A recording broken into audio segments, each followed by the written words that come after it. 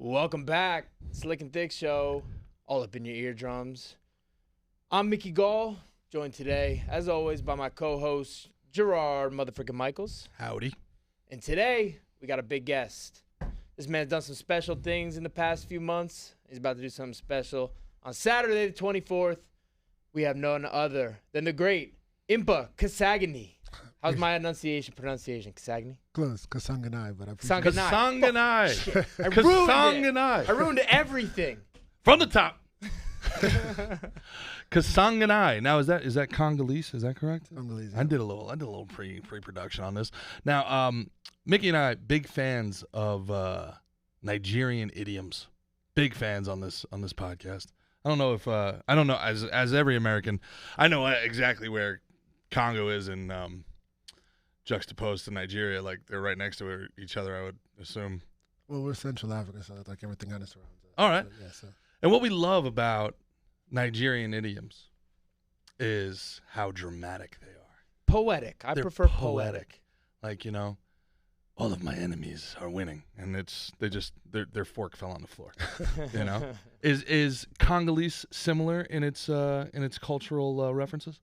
I mean, I think every African culture has it's very poetic and well thought out. I guess you could say more way like the way they describe things. We're not like a native English speaker, so Nigeria, they're not native English speakers, but they do speak English there too.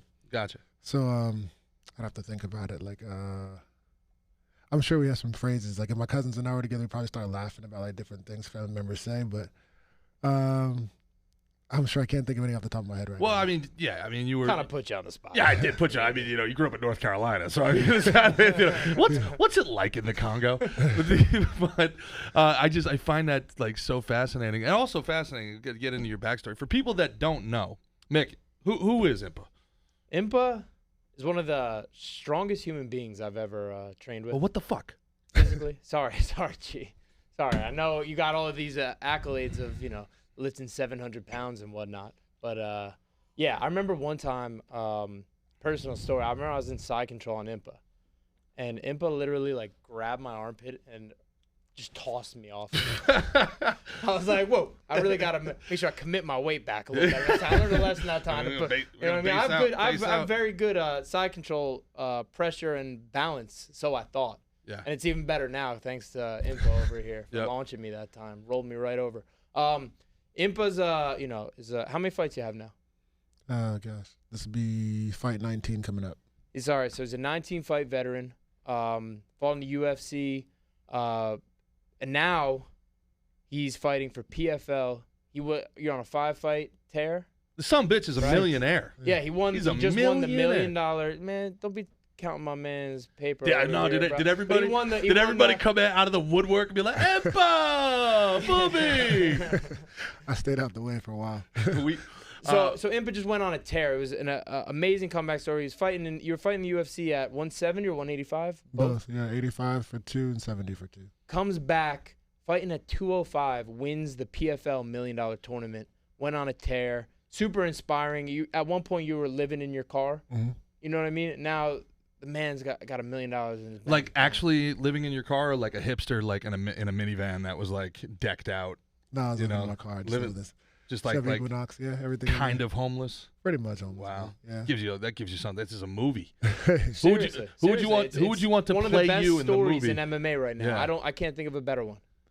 Man, yeah, I appreciate that. In a movie, maybe Idris Elba. Idris Elba? He's older than you. Yeah, I mean. So what's he gonna pick, a fucking 10-year-old? It's gonna take some time to make the movie, Like.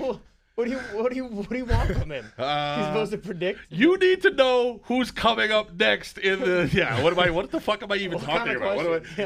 Name a college thespian right now that you would love to play. Who's your favorite college thespian?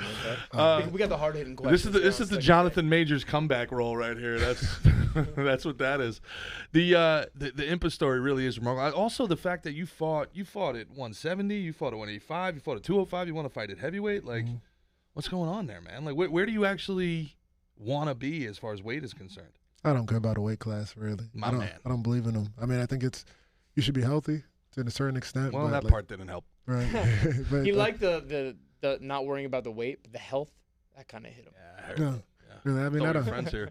You know, Or a for me- hat. You got a cool hat. Look Hey, at look. Mickey's stupid hat. Look how stupid his hat It is. says Kill Cliff, guys. Kill Cliff Fight Club. Stupid Tim Pool, 90s L.A. I don't get that reference. Yeah. Sorry, me and Impa were born in the 90s, bro. showing You're aging yourself. showing my age. Showing Like, your this age. was a big thing in like L.A. in the late 90s where guys it would be like 98 degrees out and all these guys would Yeah. be wearing like wife beaters and like Janko jeans Last- and then beanie hats. It's like it's 98 Last- degrees. What are you doing, bro? Last night I was wearing this hat, and I got home. It was kind of late, and I put on my blue light glasses, right? My Nevin blue light glasses. I looked like such a hipster. I look like such a piece It of is garbage. 90 It was degrees amazing. outside and 90% humidity, and you're rocking It's a cold. hoodie. It's usually colder in here. Yeah, I got my freaking hogs and heifers. Wait, hey, are you hoodie. wearing? I got my, are you my wearing? super rare Are you Muhammad wearing Ali a thing. Muhammad Ali thing? Yeah. Bro, Yeah, bro. what? we have the same And birthday. we're here with the champ. You know what I'm saying? You got Yeah. the same birthday as Ali? Mhm. Or are you? Internet's gonna you're kill a us. Capricorn. Internet's gonna absolutely kill us. You're gonna be like, oh, you got a black on, so you guys wear Ali. We're fucking dead. We're dead. Internet's gonna Well, destroy now they us. Oh no, they were You were Cap? already going. Capricorn? Yeah. Yeah, I remember we talked about that. That was one of the first conversations we had here. Impa helped me move into the crib. No shit. Moved that couch in with me and the big dresser. Oh, wonderful. I was like, who's the strongest guy I know? Hey, remember when you crushed me in side control? Need you now, bud. Yeah, dude. So But that's also speaks to Impa's character. Like that's Yeah. a guy you can count on. He's he's a good God-fearing man. Always has inspirational Christian quotes and explains them and on his Instagram. What's your Instagram so people can follow you? Impa K5, IMPA K5. Impa K. 5. Impa K5. Mhm. All right. IMPA K5. So you don't care what weight do you walk around at? Like 200, 203. You walk around at 203. Is it difficult for you to cut down to 170? No, I mean 170 is like newer. When I did it, like the first time was more of a challenge because it's new. Second time was pretty good. I got staph infection, but I like to fight at 70 again. Really? Yeah. So you're gonna fight man, Ngannou stay at out of my 230 freaking pounds, weight and then you're gonna class, come down to bro. 170 after? Yeah, I love to fight. It's like I want to fight the best of the best, so wherever I can. And like, I don't see myself making 155, but I mean, if there was an opportunity, I would. Like, I want to fight the best of the best. Brother, in the world. how you gonna make 155, dog? Oh, no, You're I gonna don't have see to- that. I really you're don't gonna see have to fast for like Yeah, from like a straight year. up. Wait, Yeah. do you feel Don't do that, man. more competitive at a lower weight or a higher weight? Do you think being faster and better conditioned at a higher weight is better than being bigger and stronger at a lower weight? I think there are benefits to both, depending on how you come into the fight, right? Once the cage door closes, like the weight cut really shouldn't matter if you can recover right. I think it's more of that recovery in between, that 24-hour period, 36-hour period, depending on what the day is, like, or not 36 hours, sorry, like 28 hours maybe you get. But for me, I just look at it like, put me in the cage and let me go. Yeah, that's something we just had the great Chaz Palminteri on our 100th episode, and that was something that blew his mind when he came to Killcliff and watched you guys. Was he thought a 155er fights at 155. He thought a 170 guy fights at 170. And Chaz was loving it over there. oh huh? man, Yeah. having a great time. Chaz was loving it, and the people were loving seeing Chaz there too. It was a beautiful thing. Respect. Chaz is like he's a MMA fan. Like He's a man's man. He's in there. Oh, he's a man's He's a man. but man's he's in there man. recording stuff and like he's like. I think Robbie Lawler take a picture of me. It's like, bro, you're Chaz Palminteri. What you think, bro? Like, Yeah. who wouldn't? But I mean, like trying to explain to him that look, the weigh-ins are the day before, and like you said, you have 30 hours, and somebody weighs in at 170. Can like at your fights? What do you say? You've weighed in the 190s, right? Yeah, well, I weigh in 170, and then later that day I've been in the 190s. Yeah, That's insane. yeah, I mean, that's- rehydrating, eating a bunch of rice and some good food. Mm. Yeah, And that's so, and your body reacts to that, all of that weight gain that quick. Losing that weight and gaining that weight is no issue on the body. yeah. I mean, and then it's like you have a bowel movement back down to like 8 or 9. That was You a know good what I one. That was a Yeah. good one. Yeah. So then you go and you fight somebody like Ngannou, who probably walks around at 280. Yeah. No issue there whatsoever. No, Let's scrap it out. I want it. Take him out. Nice. Not scrap it out. Take him out. Take him out. Yeah. I love it. Hell yeah. I love it. Fighters fight, man. That's Is he the from hell. Congo as well? Nice from Cameroon. Cameroon. Mhm. That's right. It's by Nigeria. Everybody knows this. This is something with a C. Yeah, it's, I don't know. But you grew up in North Carolina, though. Florida, North Carolina. When I was born in South Florida, Fort Lauderdale. Grew up in Okeechobee for a little while. Lake Worth, and then when I was 12, I moved to North Carolina. Did you play? I mean, this is a haven for football. Is haven like? Did you play sports growing up? No, I mean maybe like one random season or something. But my parents, like back in Congo, where how my parents grew up, like it's all about education, so and the arts. So I grew up playing. I grew up playing music and stuff. So I actually thought I was gonna play music my whole life, and then my senior year of high school, I like snuck onto the football team, and then I played in college. Well, you played 1 year of high school football, and you played in college. Mm-hmm. Yeah, probably should have played a little more football. Yeah, he's a beast, man. Yeah, he's a beast. What position did you play? I really played all over. They didn't know where to put me. Mostly linebacker, but everything from like corner, safety, linebacker. It makes sense because one day you're 165, the next day you're 205. The coach is like, "What do I do with this guy?" Yeah, it's like I couldn't break 196 or 190 my freshman year, and then junior year I was 245. 245. Yeah, and then I was. What did 245 Impa look like? No neck. Oh shit. Yeah, it was like really big, but it was fun because I got to play like a rush, outside linebacker. Just a heat-sinking missile. Yeah, that's pretty much like blitz packages and stuff like that. Because I still didn't even understand football yet. When I started playing, I was like, "Coach would say something." I'm like, "I have no clue what you're talking about." And he's like, they had me like, "Can you run?" I'm like, "I guess so." And they would just tell me to do different routes. I was like playing like at Western Carolina, I was playing fullback and running back and linebacker. Then I dislocated my kneecap, and then I did all this different stuff. So they had me like. You do realize this is the plot of The Waterboy, right? Like, this is. Have you ever played before? No, coach. Hit that guy with the ball. Okay, coach. Pretty much what it was, yeah. And it was fun. I mean, like I was thinking Coach Bellissimo. He was I said I want to play football, so let me go to his house like every day of the summer. We just trained, and his son, we would just Jeremiah. We would just work, and he would teach me football like going into my senior year. And I played. And my parents let me play football, and got to get recruited by some colleges, and then wow, it was fun. It was cool. I mean, like I don't know, football seems like so long ago. Then I went to junior college in between. And I finished at a school called Lenore Ryan University, D2 school in North Carolina. And is that where you got like your first taste of kind of like violence? And you say, man, I think I kind of like this stuff. In a way, I mean, playing the flute is cool and all. I kind of like this violence thing. I think I might want to make a profession out of this. Well, it's funny. I've always been a big reader, and I've always liked watching I've always liked warrior culture. When I was a kid, like the stories in the Bible about the warriors, or like if you really read some cool historical accounts of the Bible, like some really cool King David. Story, yeah. David, Joshua, like cutting the heads off the 5 kings and putting their heads on poles. I always thought that was pretty cool. And then you had like the different wars like Bantu culture, gladiators. So when I was a kid, I used to read about it all the time. Like, and I'd turn on fights, but I wasn't allowed to watch it. My parents thought it was too violent, right? So like I would switch between that and like National Geographic or like Animal Planet or something, so I didn't get in trouble. You hear them like coming down the stairs or something. I would switch exactly. I was doing the same thing. I'm watching nerdy shit, Ma. I'm good. It's all right. I'm like pitching a tent at 12 years old, trying to get off the squiggly channel, and, and then come in and I'm like, nah, I'm just watching Nick and Night. Have a good night, Ma. Yeah. So I mean, I love it. It's like cool. Like it's when you read about like what people really did, and, like different different tribes all over the world. I just find that really inspiring. What are some of your favorite biblical warrior stories? Joshua, when they were like taking the land, they'd have to hunt down the kings. They put them in a cave, and then they cut off the heads of like the different kings. And like God said, He said to put your head up, put your foot on their necks, right? And I always like think about that when I go into fights. Like you're putting your foot on their necks. And, you gotta take over the land. It's one of the very, very interesting things when you and we can get into it deeper later, but you can always tell people who have actually never read the Bible or read the Quran by their interpretations of what the religion is supposed to be, as if something's supposed to be like overtly peaceful, or like, they'll say like Jesus said turn the other cheek, and it's like, yeah, he was also a radical revolutionary who essentially marched on the Capitol at the time. So I mean, it would not be a far stretch by today's terms to call Jesus and his disciples insurrectionists for what they did. And I'm not saying that the insurrectionists are godlike or anything like that. What I'm saying is in a very specific manner, what they did at the temple was remarkably similar.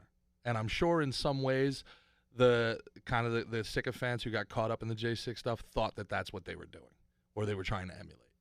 But that, I mean, what Jesus did at Passover was in no way, shape, or form peaceful at all. So, and then it's like this idea of like always somehow being like a pacifist is not what that was, So, I mean, and then you get like the Knights Templar and all that other stuff and the Warriors. I mean, is that stuff that you would check out as well? No, I usually stay with like my faith, like how I've grown up and stuff like that. I'm always learning. Like I've always just like stuck with the Bible. It's how I grew up. in my house. You know, like I've had family members who are Muslim. I have friends who are too. You know, like all just if you go across like all different faiths, just how I grew up. But I just stick with my faith, and I still have so much more to learn. Interesting. And you know, Jesus is in the Quran as well. He's a prophet. Yep. So you know they say Jesus, I like him very much, but he no help you hit curveball. What? I was gonna say what accent? I'm trying to do Dominican? I'm trying to do the Pedro Serrano from Major League, which was the State Farm guy playing a Dominican. Oh right. Yeah, I saw that. Joe Boo. You know, I love whatever. I guess I'm getting old here, guys. My references are going over the top of people. Yeah. Yikes. Sure. I don't know many movie references though. You don't know any movie references? A few. Like you give me like. What? Shit, this podcast is gonna be 18 minutes long. You give me what's it called? Remember the Titans? I got you. Maybe Miracle. Maybe you know, like it depends. Like it depends. I love that movie. I've heard people kind of shitting on that movie lately. What? Remember the Titans? Remember the Titans. I love that movie. People are shitting on it, because of the kind of political moment that we're in. We're supposed to fucking be apart. We're not supposed to come together. So they hate that that's the movie. And then also apparently that they switched who was the good guy in historical references. Apparently. The black head coach was kind of the asshole, and the white head coach was the guy that brought everybody together. But for Hollywood perspective, they're like, "Yeah, we're just gonna go switch that one around." So some of the old players and stuff like that tried to set the record straight, and so they're shitting on it. But it was also like, well, it's fucking Denzel Washington. Let's make him the hero. I thought Coach Yost was a good guy too in the movie. And Denzel was a little more hard nosed. Yeah, you know what I mean. I guess they said it was. And I didn't know this. I've only read this, but also who knows, man? I mean, look, there's 50 kids on a high school football team. Who knows who has what opinion of who? I'm sure. Yeah, they're just stupid high schoolers. You know, but I'm sorry. The 10 starters probably have a pretty good feeling about them. You know, the 40 kids who don't start, especially back then when everybody played both ways, are like, coach was a real dick. So who knows? It really makes you wonder because I love history, big history guy, big history nerd. But man. Living through this last 5 years, history big history nerd. Living through the last 5 years, if not 10 years, has me questioning like everything throughout history ever. If we can't get the news that we are living in today straight, accurate, and factual, how the hell are we supposed to understand what happened 2,000, 3,000, 10,000 years ago? And present it as if it's absolute fact. Well, yeah, history is written by the victors. Literally. So. Like, do you know how we know so much about Julius Caesar? It's all because of Caesar. Caesar literally wrote it. Yeah, he's like, yeah, I took over. He would literally write like, instead of being like, I did this, he'd be like, Caesar went in there and was fearless and send that back to Rome. No, dude, he was like the first prize fighter, man. Like he was out there selling himself. He would send letters back to Rome and be like, yeah, Caesar killed 1 million Gauls. Caesar deserves a triumph. It's like, who buys Julius Caesar? We all love this guy, Caesar. Yeah, Al Ruddy's reading Julius Caesar and go, this motherfucker's spitting. This dude is on to spitting. something here. Yeah, this guy's. Yeah. It's like he's almost like, again, you talk about Trump. Like one of the worst things about Donald Trump is that he constantly talks about himself. I. I'm the best of what people say it was the best that's ever happened. Everybody said this is the best that's ever happened. That was Caesar. Yeah. That's Julius Caesar. Like, it's like, but imagine if Trump was doing it in the third person. Everybody says Donald Trump's the best president of all time. It'd be even more awesome. I'd be a bigger fan. Like, dude, Yeah, he's definitely a megalomaniac, and Caesar, probably was too. We were watching that one where they were talking about his vanity, how vain he was, like that he wore that thing, that crown because he had a bald spot. Yes, that he that's right. You don't think about like people being like concerned of their bald spots back then. No, I think they're just trying to eat and survive and like shit like that. But it's like he changed the whole. He also plucked. Caesar also used to pluck off all of his hairs, all of his body hair, like with like tweezers. We've been ruled by assholes forever. Where do you think circumcision came from? Like, how did they sell that? Like the first guy was like, what we got to do to this baby right here? Like what? Yeah. No, it's a health thing. How do you know? Have you done it before? We're just gonna do it. It looks so much better. Why are you looking at what's going on here? Is everything okay? Like, how it just became a thing? We've always been ruled by assholes, man. My my cousin Caitlin and Chad just had a baby, little Enzo. So they decided not to get him circumcised. Chad's not circumcised. My grandmother was so upset. Really? Yeah, my grandma was very upset about it. No grandson of mine's gonna have an anteater out here. We got standards in this family. We only got pretty dicks in this The family. only pretty dicks around here. So anyway, but you know what ended up being the reason why? You know what ended up being the reason why was because my grandfather, he got his in like his 30s or 40s. No way. Yes. And it was like, yeah, he ended up getting his done later, and it was like a Your grandmother was serious about it. So my She's like, if you want me to do that thing, you want me to do that thing you like? That. No, I think he got like some sort of like infection or something. So that was kind of my grandma saying, it's like, no, they're not like it's not clean or like something. That's what like they that. say. It's not. It is not as clean. But also my cousin Chad's he's from Trinidad. He's had it his whole life, never had a problem. that he's told you. Yeah, I mean, allegedly, of course. Everything I'm saying is alleged right now. Yeah. It's all hearsay. All I'm saying. But that goes. I got one more thing with that. That goes on to, I was actually talking to my mom, and whenever she would make like I forget what type of meat it was. Maybe it was like pork loin or something. They would always cut off the sides because that's what her mother did, right? And then she said, "Why do you cut off the sides?" He's like, I don't know. That's you think it's just how it's made better. Then she asked her grandmother, and she said, "Why do we always cut off the sides?" And it was because it would only fit in that pan. Oh. So it was like something they're doing that it's like can become tradition. Is because now you got a big enough pan, you got a big enough oven, you can fit it. You know what I mean? Interesting. So it might have maybe like that, like someone got sick or or had some sort of infection, and the whole tribe reacted. And then everyone's like, all right, we're cutting off everybody's fucking tip. Get next. I think I don't. And that speaks kind of to the history stuff that you're talking about. Like, you know what I mean? One thing's written, so then who knows if that's the thing, but that's the authority just because that's there. The best example of this is probably Caligula. Everything we know about Caligula, the Roman emperor, is probably propaganda, some sort of opposition propaganda. Mm-hmm. And the things that he did that were crazy, he weren't as crazy. He was doing it. He was a prick, right? Like he's like, the whole thing of like he made his horse consul. He did, but he didn't. They present it like he was so crazy he made a horse consul. But really, what he was doing was telling the senators, like, I don't trust any of you. The only one of you I trust is my horse, so I'm gonna make him consul. So like that context and that nuance is like completely erased. They just kind of put a different spin on it. Yeah. It was the original like fake news, misinformation, and I'm all fired up. I watched a video today that finally the tip of the spear on everything that's happened and like exposed this insane censorship marketplace that we're in, and it's nuts. It's nothing less than high treason. It's really, really insane, and it's like you sit here and go, man, like this is the greatest like conspiracy of all time, and it's not a theory. This is actually like an Ocean's 11 undertaking of how to steal a country. It's nuts. It's wild, and just the balls to do it is insane, man. But anyway, to pivot off of that, I actually got a pivot as well. So I want to get back to when Gerard asked you if anyone came out of the woodwork when you made all this big news. Exactly where I was going to pivot about winning that $1 million tournament. You don't have to name anybody, but I know when I fought CM Punk, I had about 5 people ask me for money. Yeah.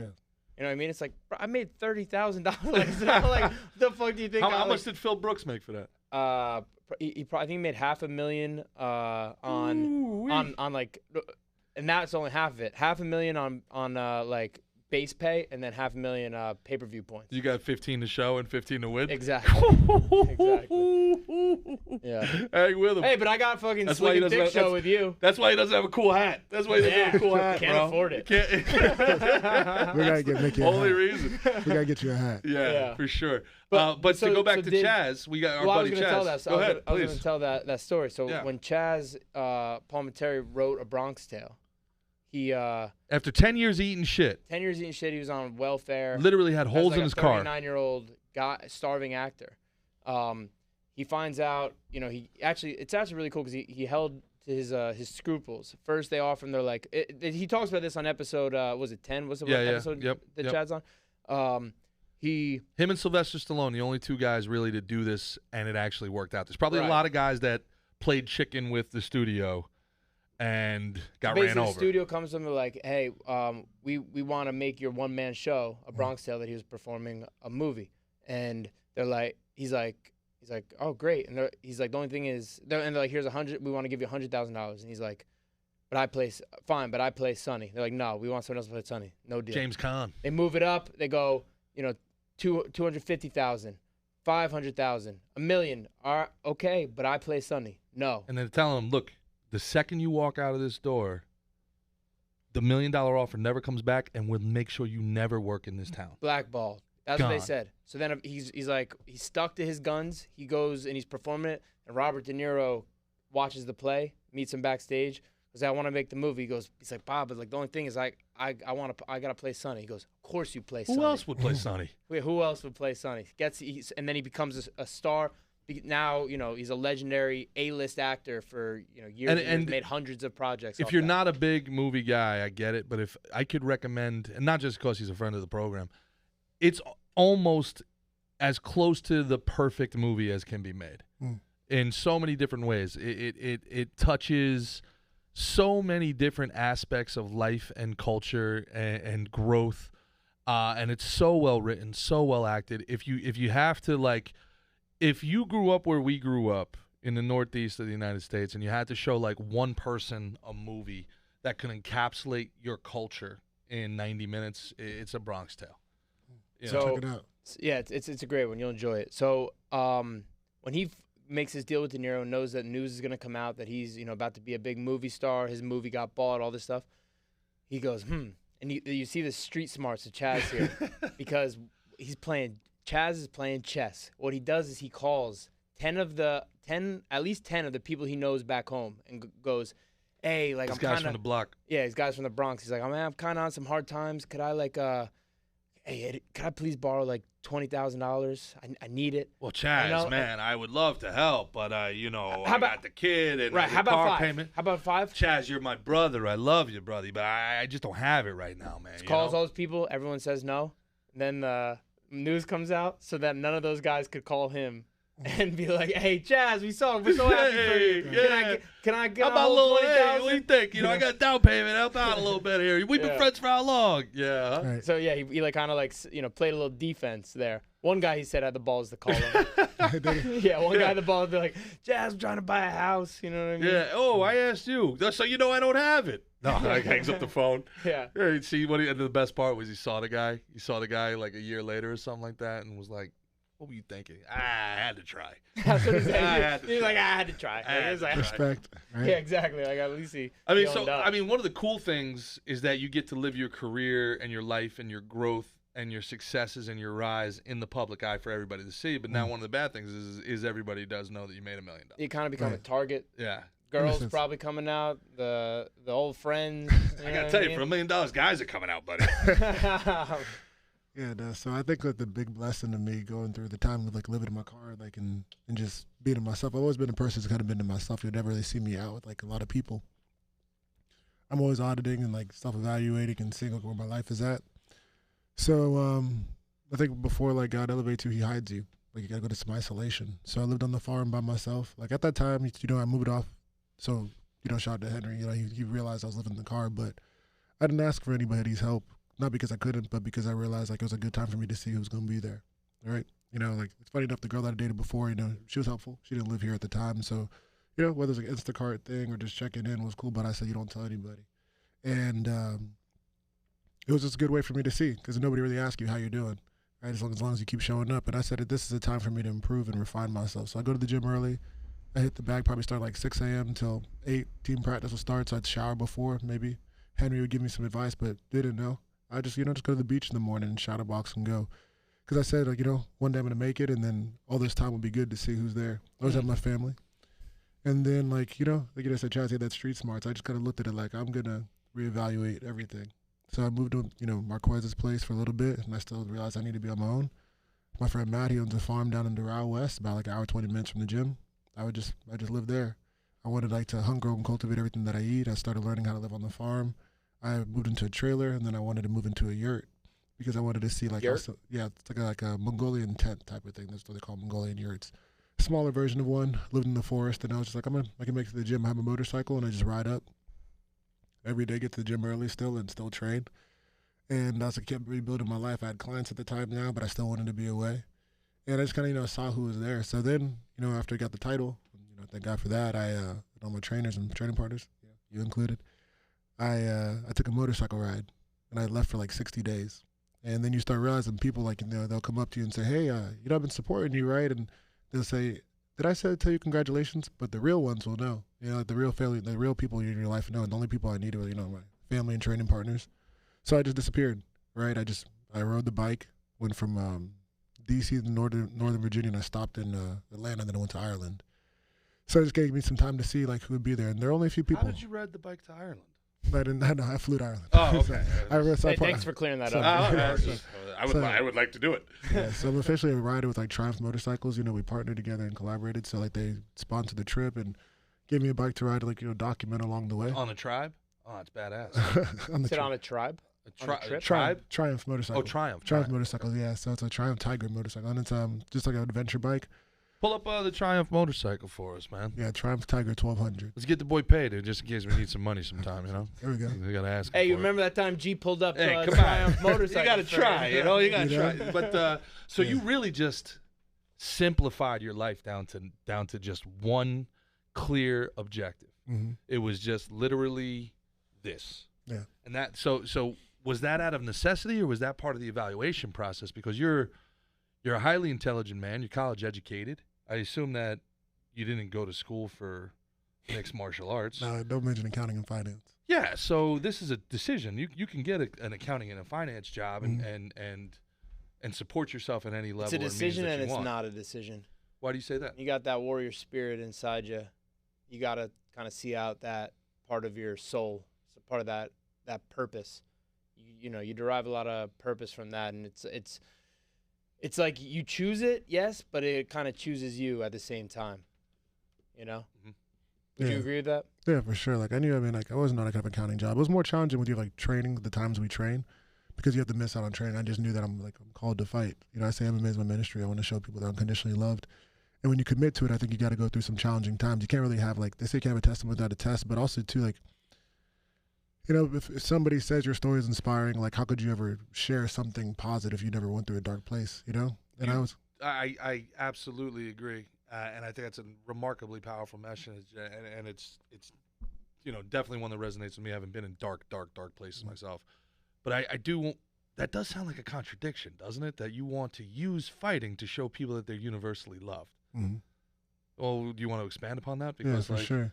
You're not exactly, throwing someone on the ground, getting on top of them, and then punching them and being like, "I love you." No, yeah. So that's the good part about it, right? So I feel like in MMA especially, I think where you are in your ministry is kind of where you're called to be. I'm grateful that other people watch, right? But more of the ministry actually happens in the gym. People watch my story and they say, "Oh, this guy lived in this car," and maybe they'll find inspiration from that because they're going for something in their dreams. They lost everything. You hear the Chaz story, you hear my story, other people, but the people that I come across every day, I want them to see somebody who's pushing himself. I have a standard of how I work. I, train daily, get in the gym early in the morning, plan to be there first, plan to leave last, and I worship. But you still want to be a killer and be lethal. And it's I think that a lot of MMA fighters specifically, or athletes or general, young men, go through some dark places but have nobody to talk to. Yeah, and it's frowned upon for them to talk to. Right. No doubt about it, yeah. So I want to be that person, in the gym, everybody kind of gravitates towards the ones who do well. It just isn't anything in life. You see the people who are being successful in your industry, you want to aspire towards it, talk to them, see where their thinking is. I'm grateful to be on a podcast like this, right? And I think that's my time to speak, time to talk, right? Whether it's me playing a worship song with me, I always walk out to a worship song, right? Because I never know what somebody's going through. Whether they believe or not, they might just hear something positive. They might not off themselves, Did you think that, was this a test of your faith? Were you saying, God, I've dedicated my life to you, and this is how you're rewarding me? No, not like that. I'm more so, I would say, God, what's going on in a way, right? I had a business, all my clients, just something happened. One's on drugs, this happened. Then I was like, okay, nobody, and money just kept falling through. I thought I was going to get married, and things happened with that. And, it's the person I thought I was going to marry I lied about a bunch of things. I had to pull myself out of it for the better. But, you know, I swear, like, it's a great person. So, like, I don't want to put somebody down. Just saying, like, at that time, it wasn't best for us. Things kind of started spiraling, and then, I ended up in my car. I was, like, in a dark place, too. But in my faith, we say we're supposed to be the light, right? And the light in a dark world. And if you think about it, how could you, what's good light being in a place filled with light? You know, it's like you want to be that light in a dark place. So sometimes you have to go into that dark place to realize, like, sometimes the light reflects back onto yourself, and you realize, like, God's reflecting his life into my life. And it's like helping me realize, like, okay, here's a piece that I needed. So I always said, like, I call it the Steve Harvey prayer. When Steve Harvey was living in his car and he prayed, he said, God, when I make it, I'm going to let everybody know that it was you who got me here. Of course, you still work. You have your trading partners already providing in your life. I looked at it like this, like, yeah, it's a testing of my faith, but you always learn, like, and James says, you know, be joyful when you face trials of many kinds because it builds perseverance and endurance. Right. And, like, you know, it's like just having joy through all that time. I was never sad. I think, you know, people are like, oh, man, you're in your car. I'm like, yeah, but I was at peace. Right. I was happy because I knew, like, something great's going to come out of this. And that's what faith is about. You really believe that during all that time as it was happening, you were excited for the future. Yeah, for sure. Because I knew that I knew something like faith. As I read Hebrews 11:1, and just like, it's pretty much like you believe for the things that aren't seen yet. And I always knew I was going to be a champion. I always knew I was going to, like, take care of my family, put them in a better position. I just knew I had to go through this time. Like, even through that time, like, I had family stuff going on, like everybody does. You know, I had, like, my thing. But at the same time, too, I'd wake up, I'd go to the gym, and I'd be happy hitting that bag. And then I was waiting for a fight. Nobody was taking a fight, and I had the Gerard fight. Then I was in the hospital with the staph infection. I just knew that something positive could have to come out of all this. And I think all I had to do was keep building. Business started building back up, right? I kept tithing, kept focusing, going to church. I talked to my pastor, I talked to my friends. But I also started, like, having people kind of exit my life, whether I had to show them the door or the door just availed itself. And I was like, thank you. But in that same time, too, I had a lot of positive conversations in the gym. Ministry never died. Started improving in my skill set, right? Started learning a lot more times. So it's like sometimes I had more time to develop because there was no fights coming on. I just trained every single day and stayed committed to it.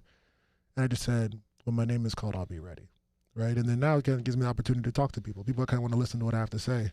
And, like, we talk a lot. People like say, like, okay, well, how'd you do this? How'd you get to the PFL title? You had 5 fights in a year. Now you're about to fight this fight, second weight class. And so I was saying, like, at that same time, like you asked me, it's like, in my car, I knew the best is yet to come. I had friends who came and visited who did film projects, and I would just circle the car around the back of the gym, pop around, like, oh, you're here already. I'm like, yep, I'm here. You know, but they had no clue because I just knew that I never thought that I'd even talk about the car. It just came over me when I was in San Antonio. But I always thought it was like, maybe hopefully this story will help somebody. No, it's very inspirational. I think absolutely that it's yeah, you should be proud of what you're doing, brother. I hope you are. And I saw you just were talking with Rutgers football. Yeah, I got to speak to the Rutgers University football team. Are you? Yeah. Shout out to them. Mater right there. Yeah, it's cool to see. They're super cool, man. They had me come in before their bowl game, before they played in the Pinstripe Bowl. Oh, that's a fight. What do you like talk about when you do those Yeah, so, like, you know, it's funny. Like, I had, like, kind of like a speech in a sense written out, right? Like, different talking points. But I looked at them and I just kind of remember myself in college football, and I just told them, like, this is the end of your beginning. You know, like, this is people always think, okay, like, you know, you finish elementary school. I'm gonna be a big kid when I go to middle school. I finish middle school. I'm gonna be in high school. Like, you can't tell me what to do. Then you finish high school. Like, I'm gonna be free when I get to college. You finish college, you think I'm gonna have it all laid out. I know what I'm gonna do. I'm like, that's not always necessarily true. So I just talked to them about, like, your most focused version of you is the best version of you is the most focused version of you. Was a big point for me.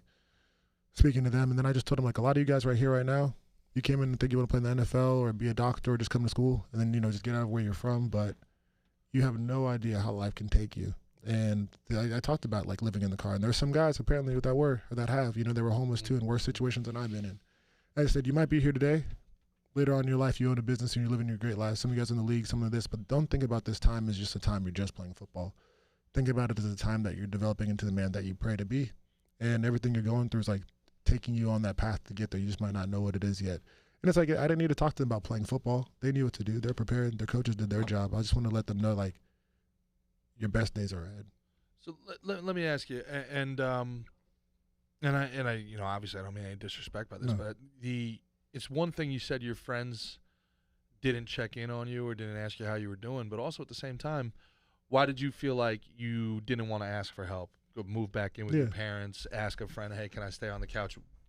In some ways, living in the car was a choice. Yeah, for sure. So why do you think you didn't want to ask for help, or? Oh yeah, no, and that's what I said. Like, when That's something. If you own your failure, you own your success, right? So like for me, it was part of the reason me being in the car was me, right? Like I mismanaged finances, right? Like I know how to manage finances. I've done accounting and finance for a while, right? I can help other people. But also, too, I just knew I wasn't in the best place, right? I thought I was going to marry my best friend, right? And I just remember I kind of started spiraling. I got cut from the UFC right about the same time. A lot of lies came out, that things I just wasn't expecting to hear. Lies? Yeah. Like about Lies? what? Yeah, like relationally, right? The things I was just not expecting to hear in my life. And then just kind of wondering. With your ex or with something else? Yeah, Okay. that. And then also just like, I wasn't, training was going well, but I wasn't just getting fights. And then I just I lost, what's the thing called? I lost my UFC contract, and I was okay. Like, what's going on? Then my clients were just not training. It was everything at the same time. Clients were the people you were training? Mm-hmm. Yeah, probably 10 clients, pretty consistent, good money. And then all of a sudden just not one session. Do you think that clutter in your life, the relationship stress, the financial, insecurity had anything to do with your performance in the UFC? No, I don't blame anybody. Well, it's not blaming. I mean, I just didn't. In a sense, like everybody has stress, right? Yeah. I see my parents go through stress in life, and they handled it well and led a great family. I just wasn't mature enough to handle it yet. Instead, put it in this box and come back and go to it. I would always have to I've always been the one okay, I gotta go help them do this, but I couldn't really focus on myself. Very few people are, bro. It's life, unfortunately, gives us the test first and the lesson second. Yeah, 100%. And that's what it was for me. But I'm grateful I went through that, because now when I have something come up in my life, I can just kind of look at it, but okay, this is going over here right now, and I'm going to take care of what I need to first. Interesting. And when you train with Impa, what do you think is different about him, and what type of growth have you seen with him? He's just a force, man. He's just a force. I like the way he goes in there, and he's this nice, sweet guy you see right before you, but he's also a fucking killer. Like I always say, the biggest kill. If there's one thing I learned in this sport, is that the biggest killers have the kindest hearts. That there's something in that juxtaposition where, you're like a kind person. You're also prepared to and built to do anything to kind of preserve that kindness, if that makes sense. You know what I mean? You're a protector. But I like the way he adds up his punches. Like if you see one of his knockouts, it might be this one actually. Christian, look at it. Was this some good? Watch the way he adds up, and he's the first 1, 2, 3, 4. The fourth or fifth one is what did the job. You know what I mean? Do that one more time. Don't blink. You see the was it jab 2, and then I think 3 or 4. The 4 hit, and then the 5 was still coming if he was still awake, but he wasn't. And let's get the little dance here. Hey. I wonder when that guy was hitting the ground, if he was thinking, my enemies are succeeding. Oof, he was out on the right. That right hit flush. But that was the 4th punch in the sequence, I think. That's phenomenal. And the guy's like, I'm fine. No, sir, the ground woke you up. That's about as clean as it gets. Hey. Attacked the body, got the hands of Hamlet to drop, and then he took off the head. That's tough. Hamlet complaining there, but yeah. My goodness. Boom. And boom. Doinkers. Devastating one. That right with another one. When you were doing the self-audit and the self-evaluation, you were simplifying and training, was there anything in your game that you felt like, okay, this is something that I need to attack, I need to change, and I need to evolve? It's funny. So, if you take it back, I started training in 2019, right? I was finishing up college. I had my first fight just right at the end of 2017. I was like, okay, I'm going to do this. And then I was like, let's see. And I was like, well, I'm going to go into accounting now, and just do this. But I always felt like this draw and call to fight, and I realized it could be a place where it's a dark place overall in MMA. People going through it.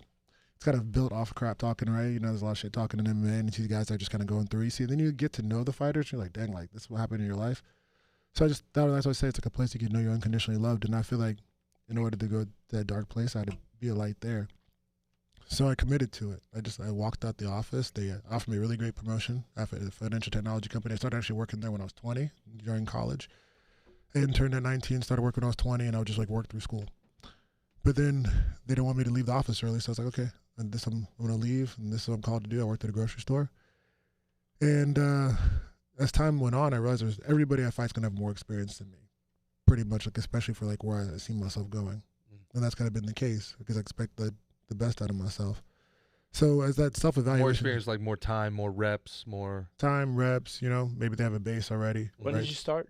Start training was 24. 24. Yeah. Yeah. 2018, he said. So it's It also speaks to him being a 6 years. Just a freaking freak. specimen. Yeah. Yeah.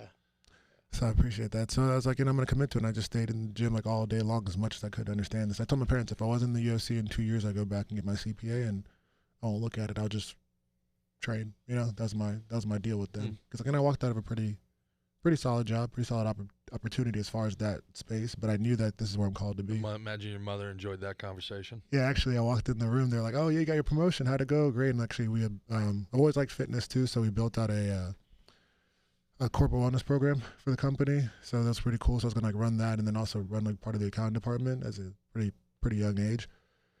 And I came home. I was like, "Yeah, I left. I'm working at the grocery store." And she looked at my dad and said, "Talk to your son," and just rolled over back in bed. And I was like, Really? okay. Yeah, but you know, like I'll say this too: like, the people that were jumping in that last video you showed were my parents, and like without them, I wouldn't be here. And my dad just said, "Okay, fine. Like if this is what you're gonna do, do it. But you have 2 years." I got my first opportunity in Contender Series about a year in. I won. I didn't get the contract, and I said, "Well, hey, like almost 2 years in, I guess you say." I said, "Hey, like I don't know when I'll fight again, so I know I made a deal with you that this is my word, and I'm gonna go back and get accounting." And my parents were both the only one, not the only ones, but they're the ones that come up to me and say like, "No, you go get to the UFC." Really? So, yeah. Wow. So like, you know, like they're great people, great hearts. So I say that's like you can change how people see things. And I like my dad's coming to my fight with me to Saudi Arabia next week. My mom, you know, she's super supportive. She says, "Make sure they don't touch your face." You know, that's the thing. You know, and they go to every fight. And they're cheering. And like my mom used to watch fights like with her, you know, covering her face, and now she cheers on and she enjoys it. And she's like, you see my dad's arm, he's like, her nail marks on the side of his arm at the end of it. But I like, you know, they're a big reason, you know, I'm here. My mom, she worked like, you know, and a big reason too, like when I talk about the car, like I didn't ask for help so much because my dad always told me, like, don't care where they drop you off in the world, like you become successful. When I got knocked out by Buckley, I was in the ambulance with my dad going in Abu Dhabi. My dad just said, "Okay, what are you going to do?" I said, "Don't worry, next fight I'm going to finish the guy and I'll be a world champion one day." So before that next fight that came up later when I fought Sasha Palatnikov, my dad just goes, "Hey, don't come home if you lose this fight." You know, he says, "Hey, you know what you said you're going to do in that ambulance?" And I go, "Show me what you're going to do." He said, "You're going to finish him. You don't get to finish, you don't win that fight, don't come home." And, you know, I finished that fight and I got to come home and visit. So it's like, I always realized it doesn't matter where I'm at in life. You just got to reevaluate and things like you said. So like, it's like when I did the self-audit, I said, okay, where did I mess this up? What wasn't good for my life? What did I allow into my life? And what do I need to let go of? What were those things? Yeah. Oh man, like, goodness, it was like more just having a better schedule, right? Training habits were good, I would say. Training habits were good. I was just having like to be patient. I wasn't much of a patient person. Want to be there for everybody that I can be, family, friends, but I realized that sometimes I got to focus on myself. So I started doing that. The relationship I was in wasn't, it's like, you know, it wasn't, I just say, tell people, it wasn't that I lost like a girlfriend. It was more so that like the future fiance about to be, you know, it was like you lost your best friend. So I said, okay, but at the same time too, I knew I had to step away. But I mean, like the relationship were good friends, you know, that's, and I wish the best for them and all that. But it's like, you start realizing, what do I need to do to to become what I believe and pray to be? And that's a champion. And it's different, right? I think there are different standards for what you want to do in life. So it was all that, and man, like it paid off, right? It paid off. You know, at the end of last year, got the title, and now I get my second weight class title, you know, next weekend and claim that victory. It's like, it was worth it. It wasn't. I don't call things hard. I say they're more challenging. There are very few things in life that are like, if you go just outside the United States or just other parts of this country, right? There's a kid who hears gunshots every single day. There's a kid who's in the countryside taking care of his grandma who's sick, who took him in. There's a kid in Congo who's drinking water that's messed up, right? Like that, to me, that's hard, right? That's more hard. For me, it was challenging because I could, like, yeah, you said I could walk into an accounting office and go that. Maybe your calling has a little bit more challenges in it. You might call them hard because you're like, God, I knew you called me to do this, but I could just go walk into this accounting office and apply for a job and live a very nice life in South Florida. And it's like, you know, you're not meant to do that. So that could be a harder decision. But, you know, just like when I talked to my parents in that bed, I said, like, look, when I walked into the room and talked to them, I said, I'm going to be a world champion. Like, I didn't know how long it takes to get to the UFC. I didn't know any of that. But it's like a quote I really like. It says, put necessity into an organism and watch it grow. So, like, when I gave myself 2 years to get to the UFC, it's what I gave myself. So everything I did leading up to that point, like the friendships, the hanging out, like everything was just cut off. It was like, I love that. It's like a burn the boats kind of thing. Yeah. There's no choice. You put necessity into it. Say, what was that? You put necessity into an organism? Put necessity into an organism. Yeah, Watch Say it grow. it again? Yeah, put necessity into an organism and watch it grow. Right. I think I said it cooler. You did. Oh. I did my best. Sir. Shit. So let me pivot to the other side of it. Now you had how long in between your fights was it? In between when you were living in your car, you lost the UFC contract. You went Bellator or PFL first. PFL. You went PFL. How long is that time frame? About a year. So you're training for a year. The guy next to you has been 13 months just training, not fighting. Also coming off of a loss, right? What do you see as far as growth? You've been training with him. Like what advice do you have, or what growth do you see? How you guys have kind of similar in that way that you're experiencing something not many people in the fight world have experienced, right? So Yeah. I don't know that it's that uncommon. no. I don't know. I mean, I would say it's probably more uncommon for like a normal person, someone not in the fight world. But you know, there's ups and downs, and like you said, dark times. Like I remember when I first got my surgery, I was like laid up on the couch, like I couldn't pick up a freaking like gallon of water. My back would like, so I'm like, Oh, dude, I remember you trying to convince yourself not to get the surgery because then you want to be able to fight. And I'm like, bro, you can't sit down. yeah. Like, Yeah, well, and I you know, I was kind of maybe a little bullheaded for 3 years pushing off the surgery with you know, the broken disc. But yeah, I think you know the living in the car, it's like it's high risk and high rewards. You know what I mean? You're gonna have to sometimes go, you know, broke, go crazy, go, you know, whatever the necessary, again, speaking of necessity thing is to reach your goal, you know? And, you know, there's stuff you're going to have to undertake that is going to be daunting. And is it going to be like, some people are like, fuck this, I'd rather just be an accountant and have my, you know, 9-to-5 life. But, you know, there's your purpose in this, your ability to inspire, all the stuff Impa's talking about is, you know, it's, I feel it so much, you know what I mean? It's, and that's why you guys are where you are. You know, my 5th year in the minors, I'm broke. I'm done. I had a girl that I wanted to marry. She left. And I said, man, fuck it. This ain't worth it. I don't want to do this shit no more. Now, I don't think I would have made it to the big leagues anyway, but I do know I was broke again at 30, and I wish I spent those 5 years still playing. Like, you know what I'm saying? Like, everybody's broke at 30. Could have seen it out, gone over to you know Japan what? or something. Yeah, bro. Like, use the game as opposed, like there was more to that opportunity than just making it to the big leagues for one game or something, you know? Like, and I didn't appreciate, like, how much everything else in life would not be like that.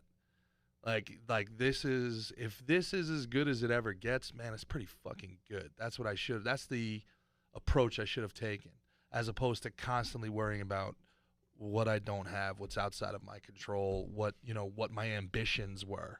I was never in the moment. I was always in the future. And that was giving me a remarkable amount of anxiety. And you can't Isn't that what they say? Is like, that's why it's so much easier said than done. But to be in the present is where you want to be. That's where you want your very difficult goal. though, man. Yeah, if you're in the future, that's anxiety. You're in the past, that's depression. Yes. You know, you're in. Well But said. if you're in the present, that's, you know, it's and of course there's, you know, stuff to go along with it. You gotta plan. There's certain things, you know, where you have to take yourself out of that. But to as much time as you can be in the present it's a good feeling. It's a beautiful feeling. And I know us getting to be in the gym when someone's trying to punch your lights out or choke your neck, like, you can't be thinking like, oh snap, I don't know if I paid my bill. You know what I mean? Like, you're like you're in the freaking moment. I guess that's kind of drilling down to the question that I was really asking, is like, okay, during those long stretches, during those lulls. Right, You know, I did interrupt. You had asked Impa if he had just advice for me, but I also think before Impa goes, it's one of those things also where it's like, when Impa was in the car, he knew the truth because he faced the truth. As long as he went in there and really like looked at things objectively and didn't bullshit himself. Sure. And you know what I mean? And I had to do the same thing. I had to innovate, and I had to change, and I had to upgrade myself, my game, my life. Yep. You know, we started 2 podcasts. I've changed my game. I've added tools to mine. I decided I was going to add those tools when I was laid up on the couch with ice packs on my back. And, you know, 13 months later, I'm proud of what I've done with them. You know what I mean? Like, what I said I was going to do, I did. You know. Gotcha. So I'd love to hear Impa's thoughts on either.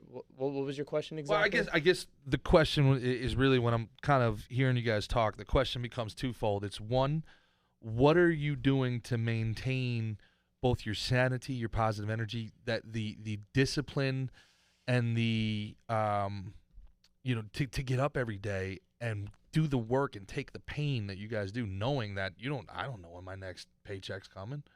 I mean, I would, if I was working an accounting job, I would quit if I wasn't. I'm not going to give up. I'm not doing no more accounting. It takes mental toughness. Yeah. 2, it takes perspective. Impa was talking about people in the Congo not having clean water. Mm-hmm. I walked into Barwis to start doing my PT. And then, like, some days I could be like, I walk past the gym, see all the guys, all my best friends in there getting to fucking play and work on what all our dreams are. You know what I mean? All these like-minded individuals. I got to go past that room over to the PT one and do some boring-ass fucking stretches and, like, little thing, you know what I mean? Little uncomfortable things like that. But then I look around that gym and I see people who are in wheelchairs, people who are struggling to walk, people who don't have balance. The gave me great perspective from the jump. I didn't feel bad for myself. Everything that happened, I did to myself. It was, was it my choice or me following my passion or my purpose, So and I'll tell you, when I was stuck up on the couch for that 6 weeks, I was kind of like struggling with the sanity, so to speak. I'm used to getting the endorphins. I'm used to training every day. All that shit was gone. I'm an endorphin addict. I need to work out to calm myself down, to feel good. And I had that was gone. At first I would supplement. I would just walk in the freezing cold for like hours of the day, because that was all I was allowed to do, But I also had to be introspective and had to use that time and face the truth, And when you came out the other side, did you feel different in the cage? First time you were in the cage, did you feel different? Did it feel like the continuation of the same career? Or did this feel like a new you? That's a great question. So my first fight back in, I was just like, man, you didn't go through all this. Actually, so I always pick a worship song, right? So I worked out the Honey in the Rock. And it's like, if you think about that phrase, just the title, it's like there's something sweet coming out of a hard place. Mm-hmm. And I was just like praying, like, why I pick a certain song. And I just, man, it's like, man, I went through way too much. And I was fighting a guy named Gerard, good fighter. Man, I think 20, almost 30 fights at the same age. We're like both like 26, 27 at the time, whatever that fight was.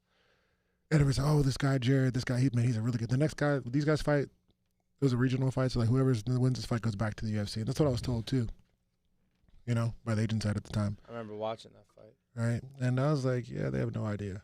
It's like, sometimes, you go through a place of hiding, isolation, and people don't know, like, who you are going to come this other side. I think a funny comment, like, when people talk about the Buckley fight, that Buckley sent Impa to the shadow realm. I'm like, that's cool, because you don't know who you become. You don't know who I come back as, right? So you think the person that you saw got sent to the shadow realm when I fought, and I was like, yeah. When you're talking about the Buckley one, that was a knockout of the year, and you were on the wrong side of it. Yeah. And I love that because it's just another part to your story, brother. Yeah, and that's how the second act ends. Many people call it one of the greatest knockouts in history, and I think it was. I think it was a great kick, But it's because this is what my family is, right? So my family's like, "You good? You good? All right, cool. So what we're gonna do next?" And my sister's like, "You good? You good?" That was a pretty sweet knockout. All right, let's go. Like how we are. It's like you don't cry about what you choose to do. In my house, and that's a big thing. Like people always see me wear a cowboy hat. You don't cry about what you choose to do. Yeah, my mom and dad always like, you signed up for this. Like, what are we gonna do? Cry about it? Like, if you die, you die. There's a really cool thing. It says like, if you know your destiny, then you know your fate. Right? Like I understand that people talk about CTA, brain damage, broken hands, can't walk. I'm like, okay, fine, but like this is what I chose to do, and if I die that way, then I die that way. I'm not gonna sit here and be like, not go fight, not go take this because I have an injury or hurt. Being 70 sucks anyway. Yeah, people talk about that. So it's like, I already know, like, how do you set yourself up? If you know you have this much time, like we said, put that necessity into organism. Let's say my life expectancy is short because you fight. Okay, well, how do I set my future? Gerard can relate to that. God forbid. It's going to fuck up a lot of that I got going on here, G. I'm trying to get him to do, good diet, health, all that shit. Gotta keep the big guy around. Anyway, I'm sorry. Go ahead. And like he asked me, it's in God's hands, Mick. It's God's hands, but I think he gives us authority in certain ways for sure.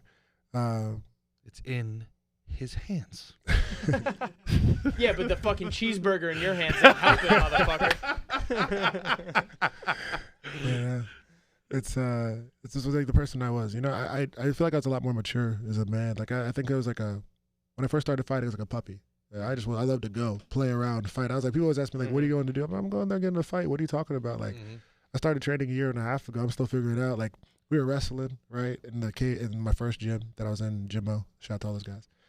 And coach says, switch. And I'm like, okay. So I get up and I just kind of get the guy off of me and I start walking away. He's like, no, switch. Like, do you know what a switch means? It's like a wrestling move. And I'm just like, oh, I don't know. I do not, sir. So he's like, get back on let me teach you what a switch is. But it was just like that. It was like, all right, let's go fight. And then before you know, there's in the UFC. And I remember it was like, I fought Maki Patolo. It was my UFC debut, like 9 days after. Tough Hawaiian. Yeah, they call him coconut bombs. And like the first time I fought the Contender Series, Dana White was like, oh, he'll be world champion one day, but he's too green. I'm like, okay. 11 fights fell through. He called that shit, eh? He said you're going to be a champion one day. Yeah, wow. He said, top 5 of the world champion one day, and he'll be back, and all these different things. I was like, okay, like, you know, whatever. But of course, I don't think, and that day too, I was like, watch me. You know, because I was just like, I mean, I never cried that hard. And it wasn't like I was sad. I was just so angry. You know, I was just like, okay, like. After you weren't selected after winning on Contender Series? Yeah, it was a 750 underdog. And I don't pay attention to bets. I just remember that. And they said, this guy's going to kill you. He's all these different things. Like, and I just remember just listening, like, okay, watch me. And I said, I'm gonna become great. This was on the Contender Series? You were the 750 underdog? Yeah. And you were fighting Mackie then? No, I fought a guy named Kalen Hill. Right, and I remember him. He's like talking trash and all these different things. I just looked at him. They're like, "You have no idea. This guy's gonna dog you. You're gonna he's knocking guys out in 11 seconds." I'm like, "You'll see." And it's just because even you didn't know much about me. I was like brand new on the scene. It was my first year as a pro, and I took 6 fights in my first year, and I just kind of like walked in, and they're like, "Who's this guy?" They're trying to set him up, you know? Yeah, this is your story is like what every ex kind of athlete or ball player like.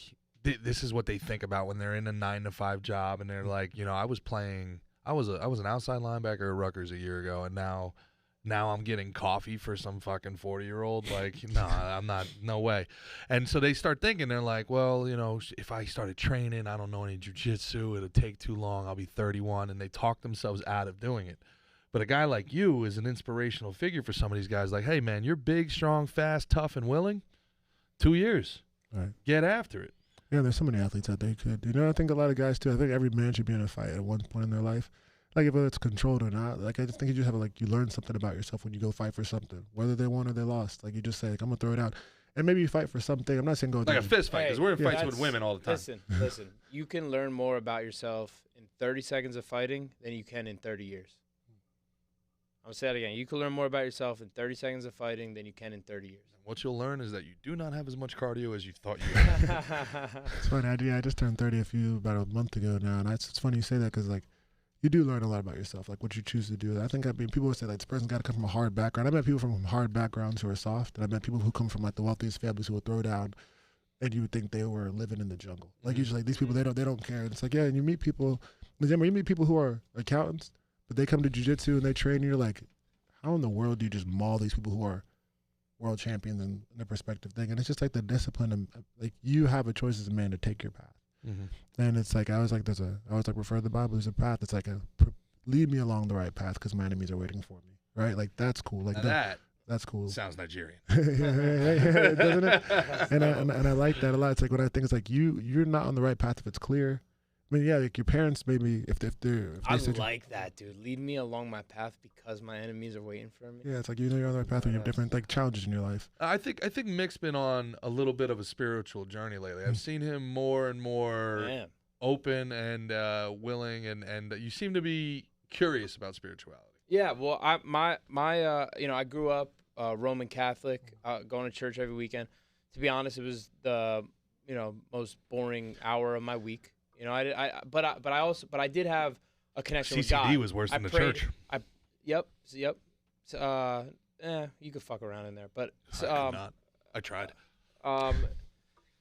Yeah, I was very, I'd pray every night before going to bed. I would, every time before I ate, I would pray as well. And then I got into college, and I started starting to read and just branch out and learn about other things. And I started questioning a lot of things, whether faith, the way things are, because there's a lot of things in our life that is I don't want to say necessarily propaganda or misinformation, but there's a lot of bullshit that goes on out there. And I come almost I took everything and I kind of stepped back from everything.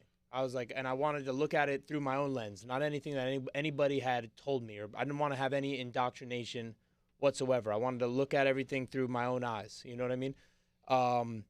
And I'm still in the process of doing that. But lately, and you know, Kim's a big reason. I've been, you know, I've been on my path probably since Tony Olives was with us in Ruslan. I was in that the Ruslan episode. I was, you know, I was juggling that stuff a little bit, and you know, even since then, I've been kind of getting back more, you know, with my faith and with what I feel with God and stuff like that. And I think, you know, again, I'm gonna steal like something that Kimmy told me. Is like everybody kind of has a hole in their heart. We talk about on Cancel Weekly. Kim explained it, and we try and fill it with either, you know, sex or money or drugs and something. But like sometimes all at the same time. Sometimes all at the same time. But I think that I think it's so true that there is that spot is like for God, and they have the same thing in AA. They talk about that's the spot for the higher power, and we're trying to, you know, almost like compensate. But there's something greater for yourself out there. What exactly that is and what all the specifics are, I don't know. You know what I mean? Like I don't take anything verbatim, but I'm definitely more open to, you know, religion, and it feels good. It does feel good. Like I told on the Ruslan episode, I was like, I'm like envious of like people who have like a great faith. Not envious, almost like happy for them. You know what I mean? But like I wish I had the same thing. And also, you know? A sidebar, very happy for Ruslan and all his success. He's doing really, really great work. I Ruslan's pressed him in every way I could, and he had answers for everything. And he did a fantastic job. I would encourage people to listen to the audio version of that episode on both so Spotify they don't have to and see your Apple, mustache? because that mustache does not need to make a comeback into the zeitgeist at all. So go ahead and listen to that. It was a very good episode. I thought that was a very, very interesting episode. Has been part of. He didn't even know that really, but like I read a lot of his stuff on Instagram, and you know, I think you're a great example for, you know, for you fighters and just for people. You know what I mean? Like you're out there really doing the thing. You're going out there, fighters fight, you're fighting, staying hella active, and you're staying yourself. You're not getting outside yourself. You're not with the rah bullshit. You know what I mean? You're true to yourself, your upbringing, and you know your faith. It's impressive to me. Well, thank you. I'm happy for you. I always tell people like this. It's like I think that Christians do a bad job actually of trying to like bring people in. It's like you are like this, so you got to be like this. You do this. They can be very judgmental and exclusionary depending on the sect. Yeah. And then that's true. And I think that what I ask people is like, what kind of church do you go to? Where this I'm non-denominational. Like I said, when I get to heaven, I'm going to see you there. And it's like I don't look at people like, you know, because I mean, okay, if we're all trying to get to the top of a mountain, but this person uses a rope to climb up, this person takes the stairs, but we're all at the top of the mountain. Have you been baptized? Yes. In which but which denomination baptized? I went to a church. It was probably a Baptist church more so, but it's called Elevation, and I just go there and like they baptize us. You know what I'm saying? And I was like young, and I want to do it on my own again. You know, like myself. But it's I got a Journey Church here in South Florida now. But the reason I do that, it's like, you know, because we say it's our public declaration of faith. You know. But I tell people this too. It's like your salvation is a process. Like sometimes people think it's like, all right, you flip the switch, you do this, and now you're gonna still have the sex, you're gonna still drink, you're gonna still do things.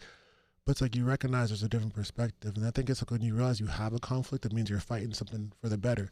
Because they say the devil never bothers anybody who's doing his plan, right? It's like you're kind of, you're just like out there doing that gangster thing the whole time, and it's like you're hurting people. The ones aren't against you are the ones doing it. It's the ones who want to see your life in a better place as far as like, it's like your mom, I don't want you selling those drugs. I don't want you doing that. But the ones who see you doing it, they're going to keep cheering you on. And it's like they see that life spiral down.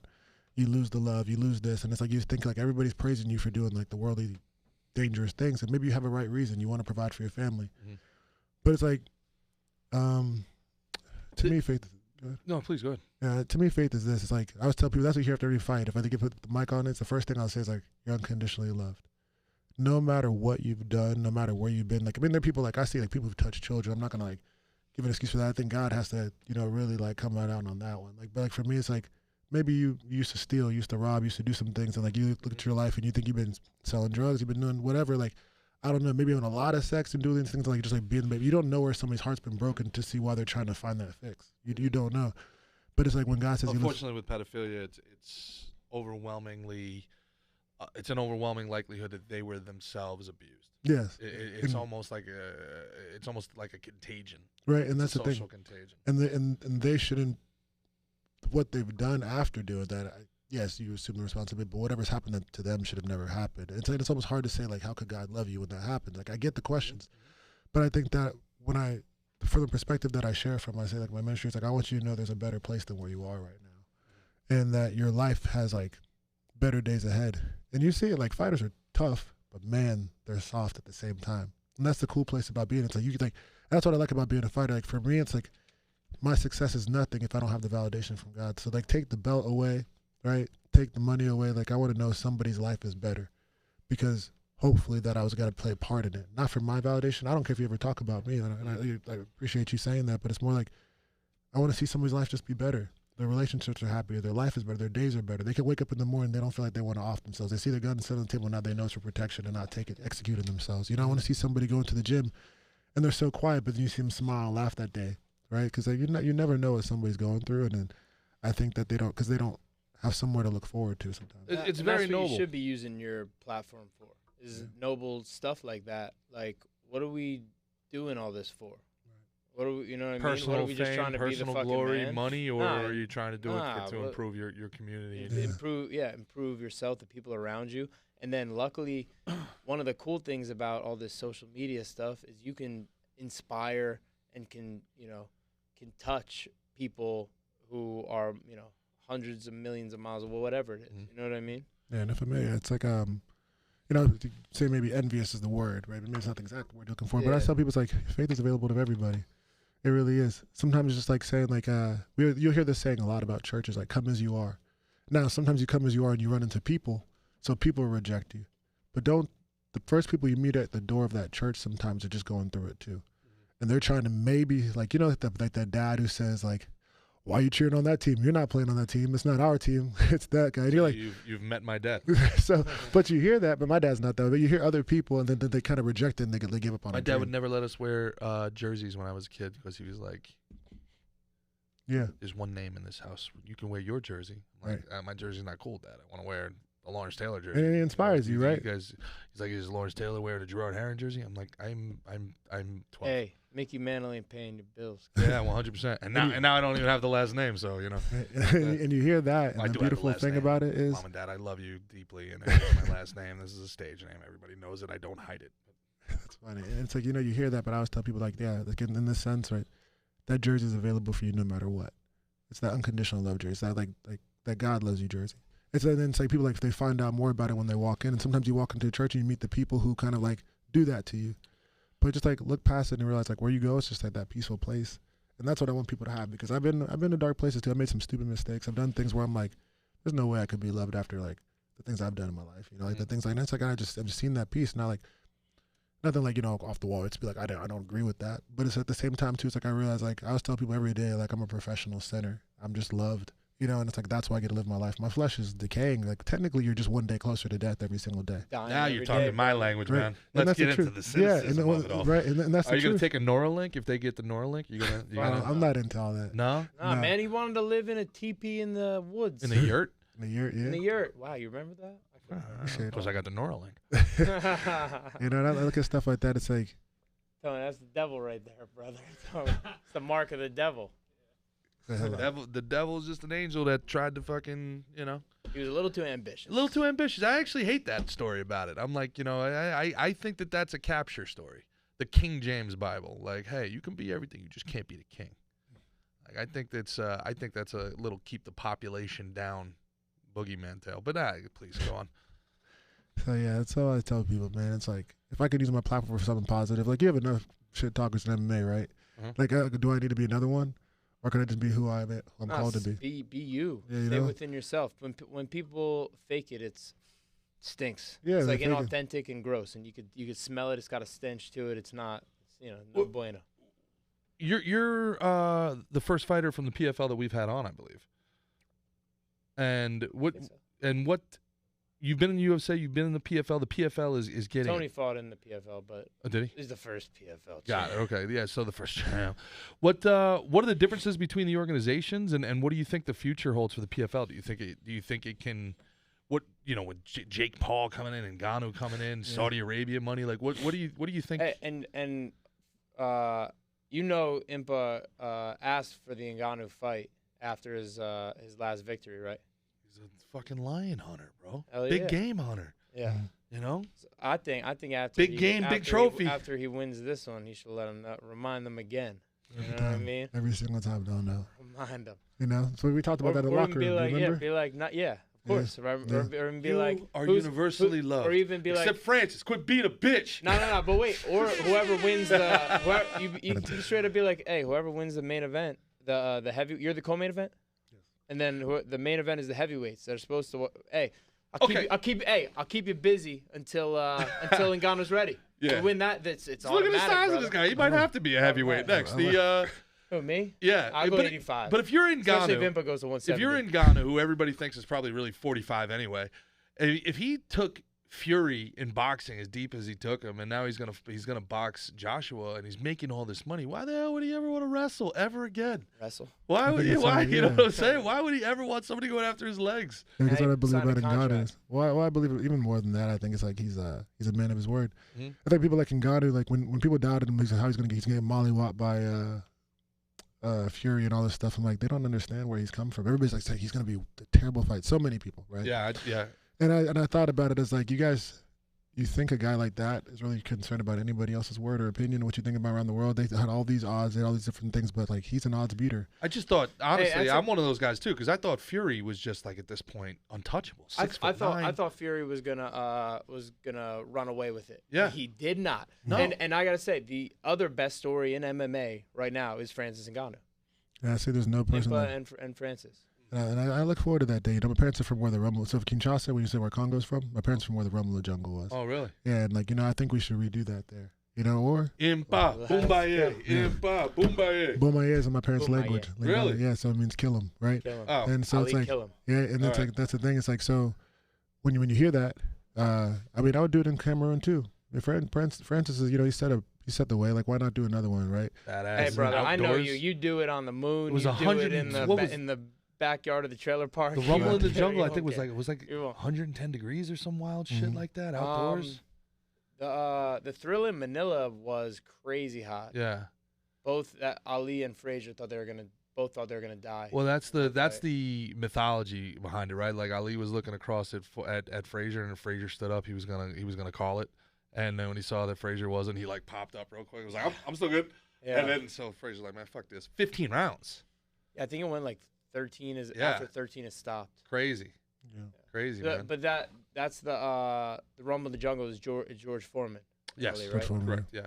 But I think it was crazy hot there too. But then it worked against Big George, and that's why that was the rope-a-dope. Rope-a-dope. Let him tire him out. Yeah. But, kind of, Foreman lost that battle, but he kind of won the war. Yeah, Foreman slinging grills. Slinging grills. Yeah. Yeah. Right. So the PFL, the UFC, what's the big difference that you see?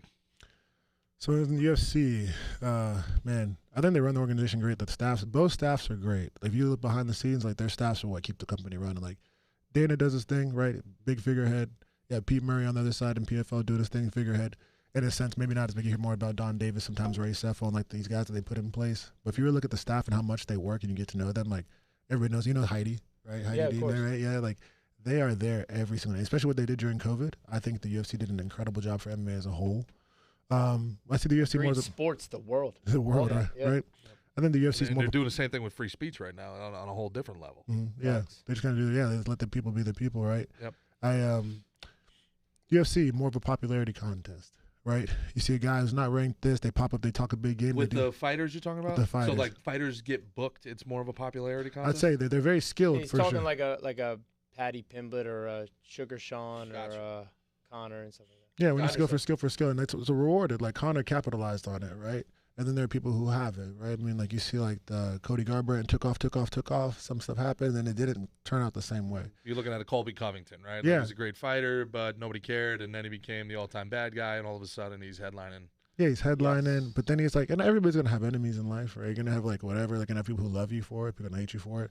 Like, you know, like a former teammate of ours, a guy we knew, like, get to know him some days, like, you know, pretty solid, Ian Gary, right? But like, then there are people who don't mess with him right now, but they go into his personal life, and then some people who love him, like, you see videos of kids talking to him, you see people who hate him, but like, I think the people who talk so much sometimes about other people's lives, they're just kind of like looking at their own and they need something else to talk about. Sure. Right? 100%. And so it's like, Bro, like I have nothing to say that again. Say that Impa's got a quotes today. Say that one again.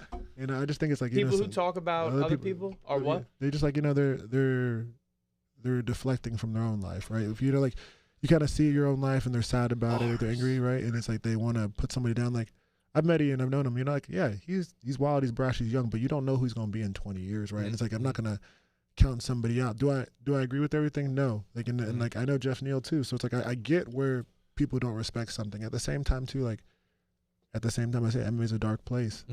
So you're unconditionally loved no matter what. And so that's why I look for people. And then at the PFL, you know, to answer your question, it's like, it's blue collar. You show up, you work, you move, you win, you move forward, right? You build the bridge, you keep building. You build the bridge, you keep building, right? And you're rewarded for points, right? I know that. Like, I'm grateful I'm in position because I got the title last year and I have this first champion fight, right? You get like kind of bonuses. So I'm very grateful to get this moment in history. But at the same time too, since I won, I'm back in the season. You win your first 2, finishes get you more points, 6, 5, 4 points or 3 points for a decision, right? First round finish, 6 points. Second round finish, 5 points.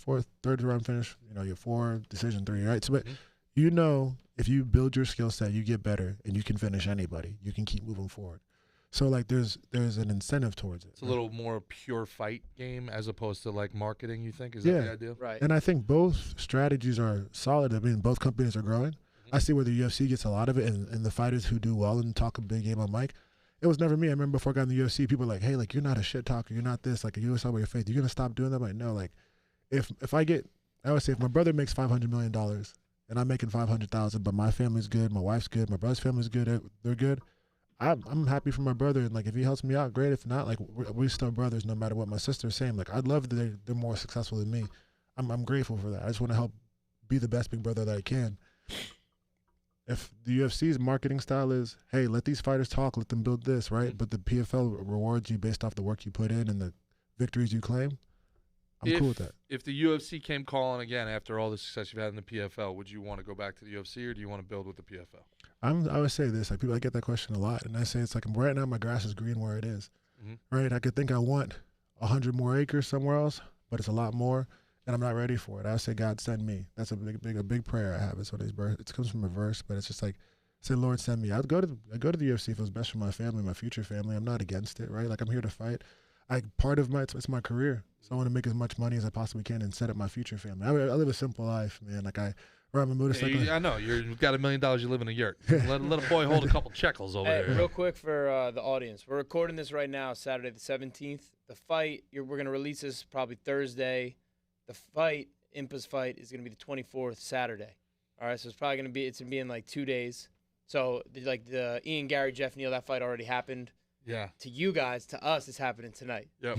Right? It's just breaking the fourth wall. Breaking the fourth wall, but we're all about keeping it real, man. Keep it real. We're not. So why don't we break down that fight? What do you know? Yeah, I want to talk first. I'd love to talk about Impa's fight. Impa's fighting Johnny Eblen. Now, you guys are fighting at 185. Yes. I assumed that part of the acquisition or the merger of Bellator to the PFL was to bring in that 185 division. Yeah. Right? But is there a belt on the line for this? Is there a 185 belt? Now, you're the 205 champ. Mm-hmm.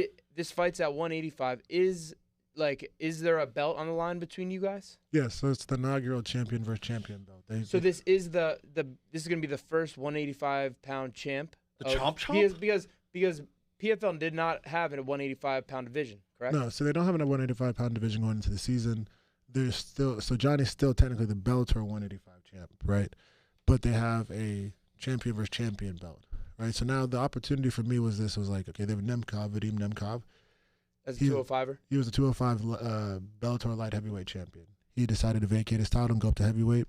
Nothing to do with me, I believe. It's more just that he just wanted to go up for a while, especially when there was like questions about what Bellator is going to do. He just wanted to move up, maybe the weight cut, I don't know.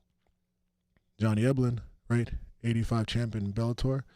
And I looked at it like this, right? So in history, I don't think you've ever seen somebody become a two-weight class world champion in the amount of time that I'm going to, right? Like, it's like 3 months, 4 months since my last fight.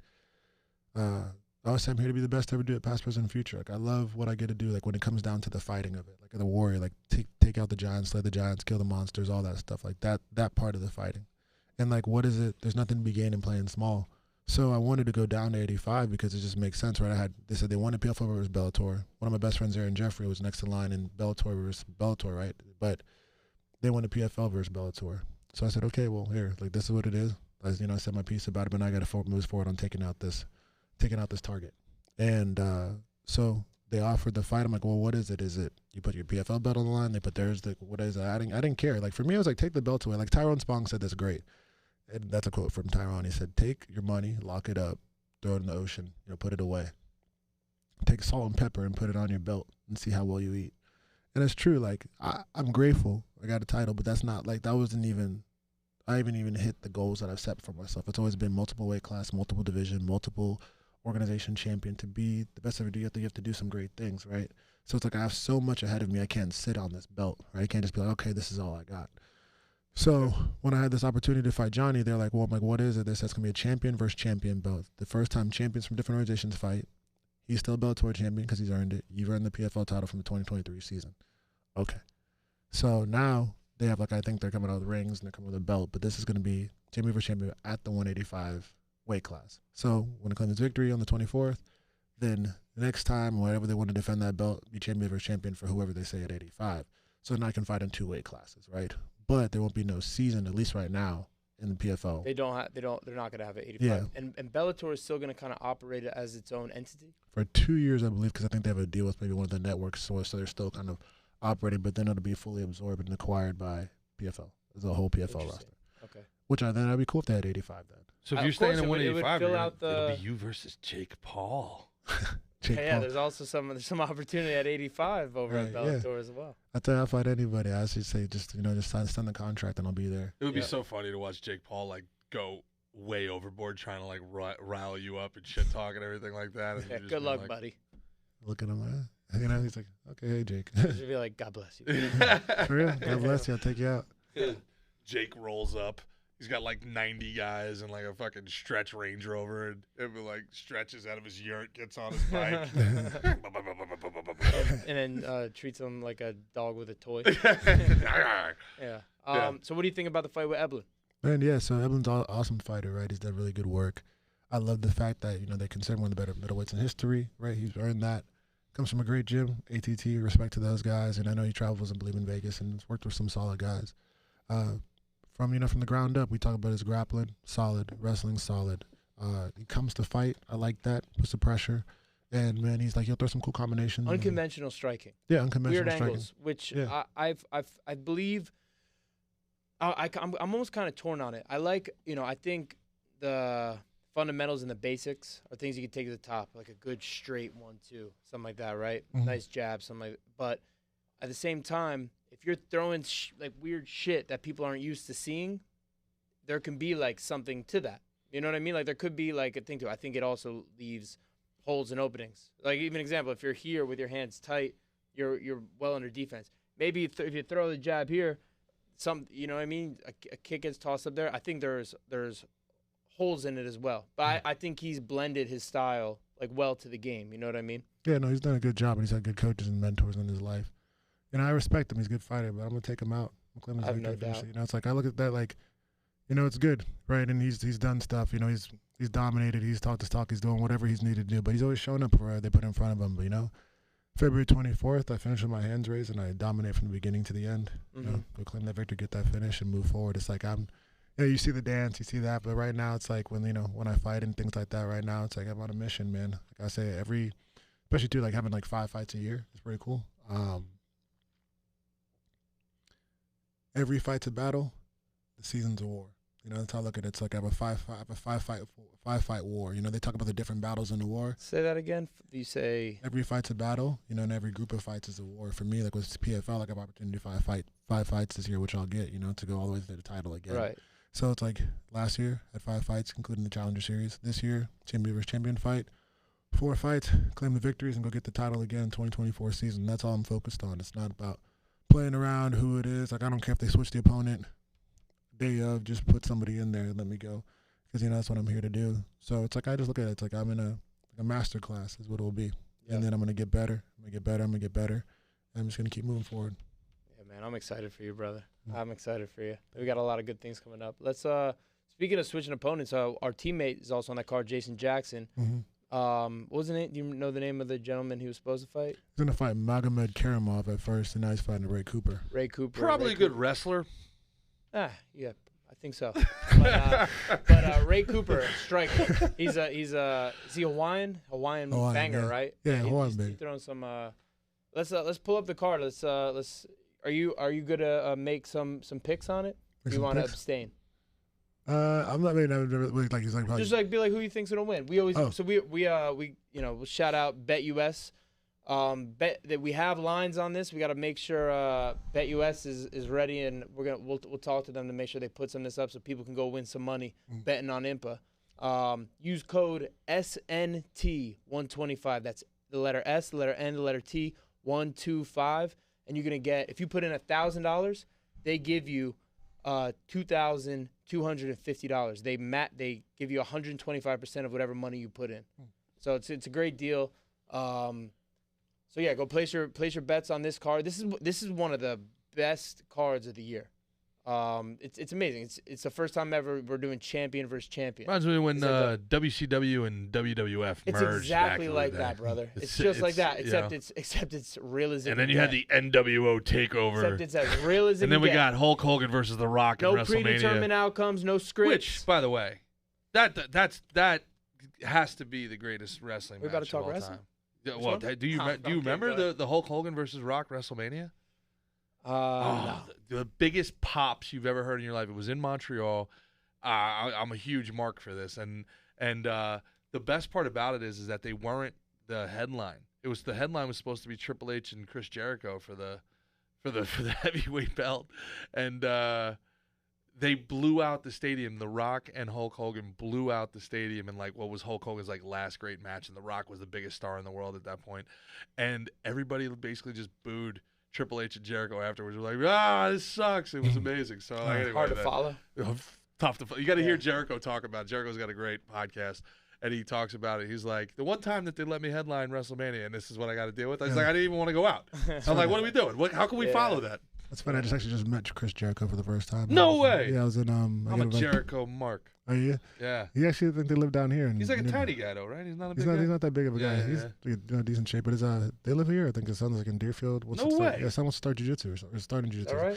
Yeah. Impa, you gotta get Chris Jericho on the pod. I'm a Fozzy fan, the whole nine. Come on. They're cool. He was very nice. I got invited to AEW event. It was my first time ever seeing like a wrestling match. It was cool, and it was in Nassau Coliseum. So that was Does it piss you off how much Walls those guys Jericho, get paid? little submission artist too. Oh yeah, you know Attaboy, which was the Lion Tamer originally. Very good. Yeah. And you watch when you watch those guys make the money that they make, do you get a little pissed off? Like, nah, I'm happy for them. I look more inspired, like how I take notes from how they market themselves. Really? Yeah, it's that's probably really smart. Yeah, it's like instead of like being pissed off, will do me nothing. It's like I'm really not. It's just like every man makes their money. Like, who knows what they have to do to get there and what you have to sacrifice. You never know what deals you got to make to get to where you are. But I always know, like, with what I do and what we do, I go in there, it's real, and like I don't have to sell myself. And I feel like every man gets the point in life. It's not scripted like the NFL. It's not scripted. You don't know? I don't know if the NFL is scripted or not, but I know I know mine's not, because I tell you, I did not script myself to get knocked out by Buckley. When you got that script, you must have been like, well, this is not ideal. I said, hey boys, like look at here, wait. Can I put my 2 cents in? I have some suggestions on a rewrite. I'm going against script right there. You see it, right?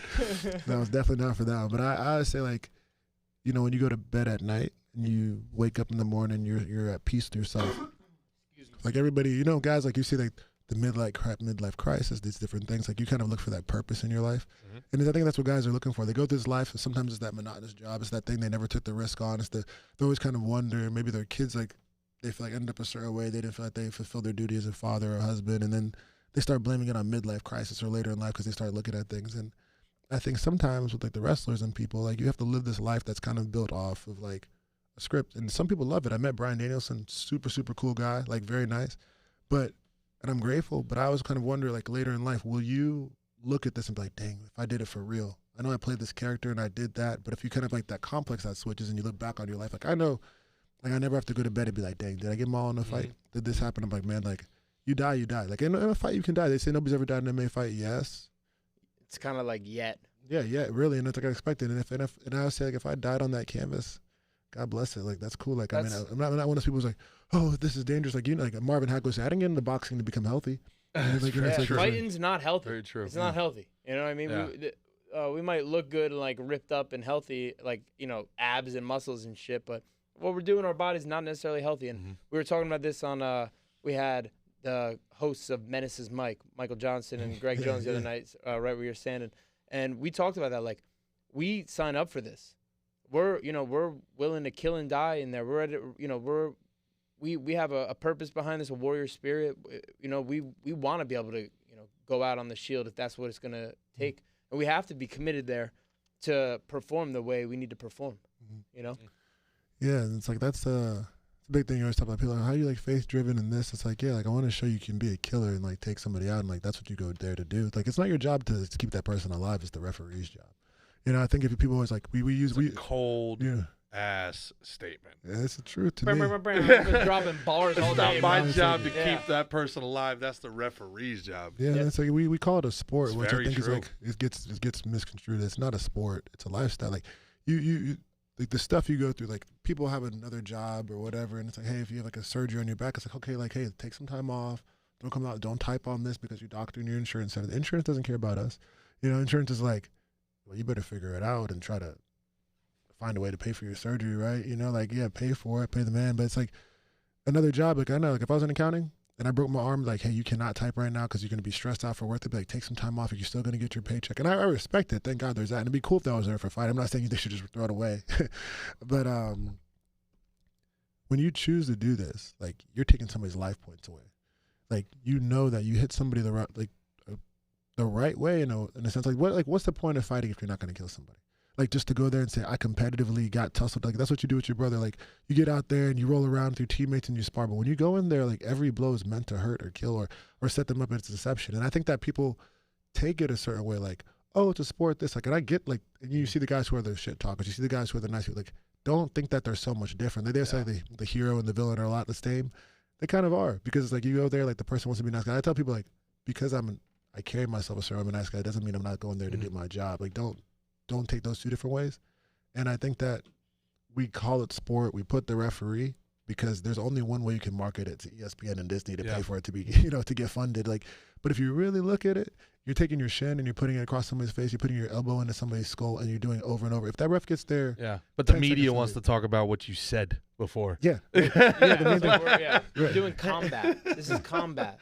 Like you said, it's a lifestyle. You said some mean words in the press conference leading up to this fight. Yeah, and then I tried to take my elbow and shove it through his eye socket. You don't have an issue with that? Right, yeah, you hit him on the karate. You hit somebody with the shin on their neck at the right spot, like in their vein rips. Then you don't know. Like there's some very like life-threatening things, and I love it though. I was like the fighters that want to come kill me, like let's go. Like that's what I want. That's the thing, man. They signed that contract. You signed that contract. Sign it in blood. That's you're writing that you're gonna come here on that date and try and kill me. So I signed my name to do the exact same thing to you. Yeah, to hammer home the severity of what you're talking about. Great guy, phenomenal guy. We had Rashad Evans, former champ, UFC Hall of Famer, on the pod, and we were talking to him about like his motivation, and how he came back after his first devastating loss, and he's like, what kept me up at night? It wasn't the loss. I don't, whatever you lose. It was the fact that man could have killed me. If there was no referee there, that man would have killed me. 100%. And he couldn't. It took him a while to get over that kind of feeling of like, I can never let that happen again. I can never allow that, that moment to occur where, man, if there wasn't a referee there, that man would have ended my life. And that was something that he had to kind of like, sit with and then learn from and grow from. But like hearing him say that and put that in that kind of perspective, you never, from a fan's perspective, from, a normal citizen like me, you never think about that. It's just like, okay, game's over, start it again. Right. But that's something that he thought about and internalized, for months after that fight. And he said, man, like that man could have killed me. That's the beautiful thing about learning, getting like your skill, like you keep acquiring new skills, right? Because like, man, I can do this, right? Okay, cool. Like they say, oh, they got him. It's like, I'll take him out. I know because my skill's going to be better. My heart's there, my spirit's there, my faith's there for sure. And they say faith without works is dead. So like I have to have the faith for sure. You said faith without what? Works is dead. Right? Like, Faith without works is dead. So like without putting the work in, like you can say all these things. Like I can pray about this building coming up as much as I want till the day comes. My grandfather used to say, "Wish in one hand and shit in the other." Right, yeah. See which one fills up first. Right. Like, you wish, but you got to go take action to that. That's true, and it's that same saying in like like a different way, right? It's like I could pray. Like you guys have built this beautiful podcast, this beautiful stat, right? But it's like now how I believe in my faith. That God says, "Hey, pray over this and this happens." Yes, it will. Yeah. But there's also things too. He's gonna say like, "Look, you better go till the land. You better sow the seeds. You better do this. Like you better prune what's not meant to be around you in order to see the plant grow." Yep. And I think people forget like the realness of fighting sometimes. Like we make it a sport. You do the ads, you do the things, but no, like we put these 4-ounce gloves that are just like a little bit of padding between your knuckles. Protector. Yeah, it's a hand protector. Protects you more than them. And like things like that, I think people forget about. And then what I love about it though is I look at any sport. Any sport, don't call fighting a sport, but look at any sport. Where do they result to when things get real? They fight. Baseball players, you hit your pitcher, the pitcher hit the guy on the thing, and what do? They storm. Look at Impa knowing baseball. Right, I got you, my man. Yeah. And then you see, like, you could even watch a chess match. Let a guy think some guy's cheating. He's like, throw the. Hey, there's never an MMA fight where a boxing where like a basketball game breaks out. Yeah, that's right. There'll be a basketball game where a fucking fight breaks out. I'll tell you what, and I think that's the serious appeal of why you guys are so popular is you guys are like the last men left. Because, I lament how soft baseball has gotten. How baseball used to be known as hardball. Like, you used to pimp a home run, and then the next guy was getting one. And then, whatever, you got a problem with it, come do something about it. And there was juice. It was good. You don't disrespect my teammate like that. And then you come out to the pitcher, and everybody comes around. There's something to it. They're trying to get fighting out of hockey. NFL, you hit the quarterback too hard. It's 15 yards, and, no, can't do that anymore, right? But fighting is still fighting. And that's why I love that they let you guys talk. It's like the last place we have. This is the Custer's last stand. This is the last place for masculinity in America. It really is. It's like, hey, you know what? Colby Covington, you want to talk about my dead dad? Okay. I will see you in the ring tomorrow night. Mm-hmm. Yeah, said things like that too. So you say that, like, talk about Colby Covington, and like. He talks about people's dad. He gets his butt whooped. It's like, hey, whatever. My parents always tell me, I don't care what they say about us. You don't disrespect the family name. I'm going to be gone one day anyway. And I like that. So it's like, so let them talk. When you go in there, go handle it. That's it. It's like, go be a mercenary in there. Don't worry about like what they have to say. Pray for them. Wish the best for their life. But this is your role. And I think that people forget that. Like, I've had conversations at the gym with like training partners who kind of like pulled back, and I'm like, what are you doing? Like, you're saying in fights, pull back? Yeah, in training. Like, we're like, not fights, like in training, right? Like, what are you really fighting for? Because you fight how you train, right? Do you believe that? So you don't believe in like controlled sparring? You go. There's control. I think there's time. There's control, but there's not room for complacency, for sure. Like, there's no room for half effort. Greg Jones, right? He'll say, my God, you're gonna dominate heavyweights. Right. He goes. There's a lot of room for complacency. You see so much. He'll say, if somebody's not gonna rise to your level, don't go down to theirs. Uplift them. Now there are times in training. I'm not gonna say like you hit the guy in the head, he's about out, and you keep going, like hurt your teammate. Like that's not what it is. That doesn't help elevate somebody. Like it's like the abusive father that says, "I'm here to make you tough." No, like I get like you pop a kid on the butt, you do this. Things how I grew up, and I agree with that. But I also think my dad's never abused me. My dad's never been the one just to be like throw you down the stick. No, he's like, hey, and he talks to me. I love you. This we're gonna do, and this is why this happened. Because I see you going off the rails. If you don't do this, we can go. Same with your teammates, and we have to have those conversations as men. We have those conversations, even women have those conversations. Like, hey, I see you going off the rails, and if you don't get your life together, this is how bad it's going to be. So if your teammates pulling off in training, like you get in their face, but we, like you said, you like the way we talk, you like that they let it happen, that people work through that, and they have to face the consequences. And when I see like a teammate of mine, like I'm like, hey, you're doing this. You told me before your daughter was born, you're going to do this for your daughter. You told me you're doing this for your wife, but this is how you train. This is how you train. Really? Yeah, you say, and I always say like this: like Christians should set the standard of work ethic because that's we say, a real friend right there. And it's like we had that conversation, and he's like, I'm trying to calm down. Like, well, after you calm down, then we can fight, or we can fight it out. And it's like, but I think it's like if you really love somebody, right, you're willing to punch them in the face, verbally, physically, mentally, spiritually, whatever that may be. But if you really love somebody, you're gonna see the best for them. Because I'd rather punch you in the face now than see you fall off the side of the bridge. It's like, for sure. And it's like, and I think that we forget that, and it's like you said. Baseball's gotten soft. Football's gotten super soft. They're trying to take fighting out of hockey. But these guys, they come over there and they need a place. Because like if imagine you took away all sports. You took away all athletic endeavors. Yeah, it's a war proxy. Yeah. We're still gonna have that competitive drive. You know, it's you know, at the end of the day, a lot of this unfortunately boils down to just finding a mate.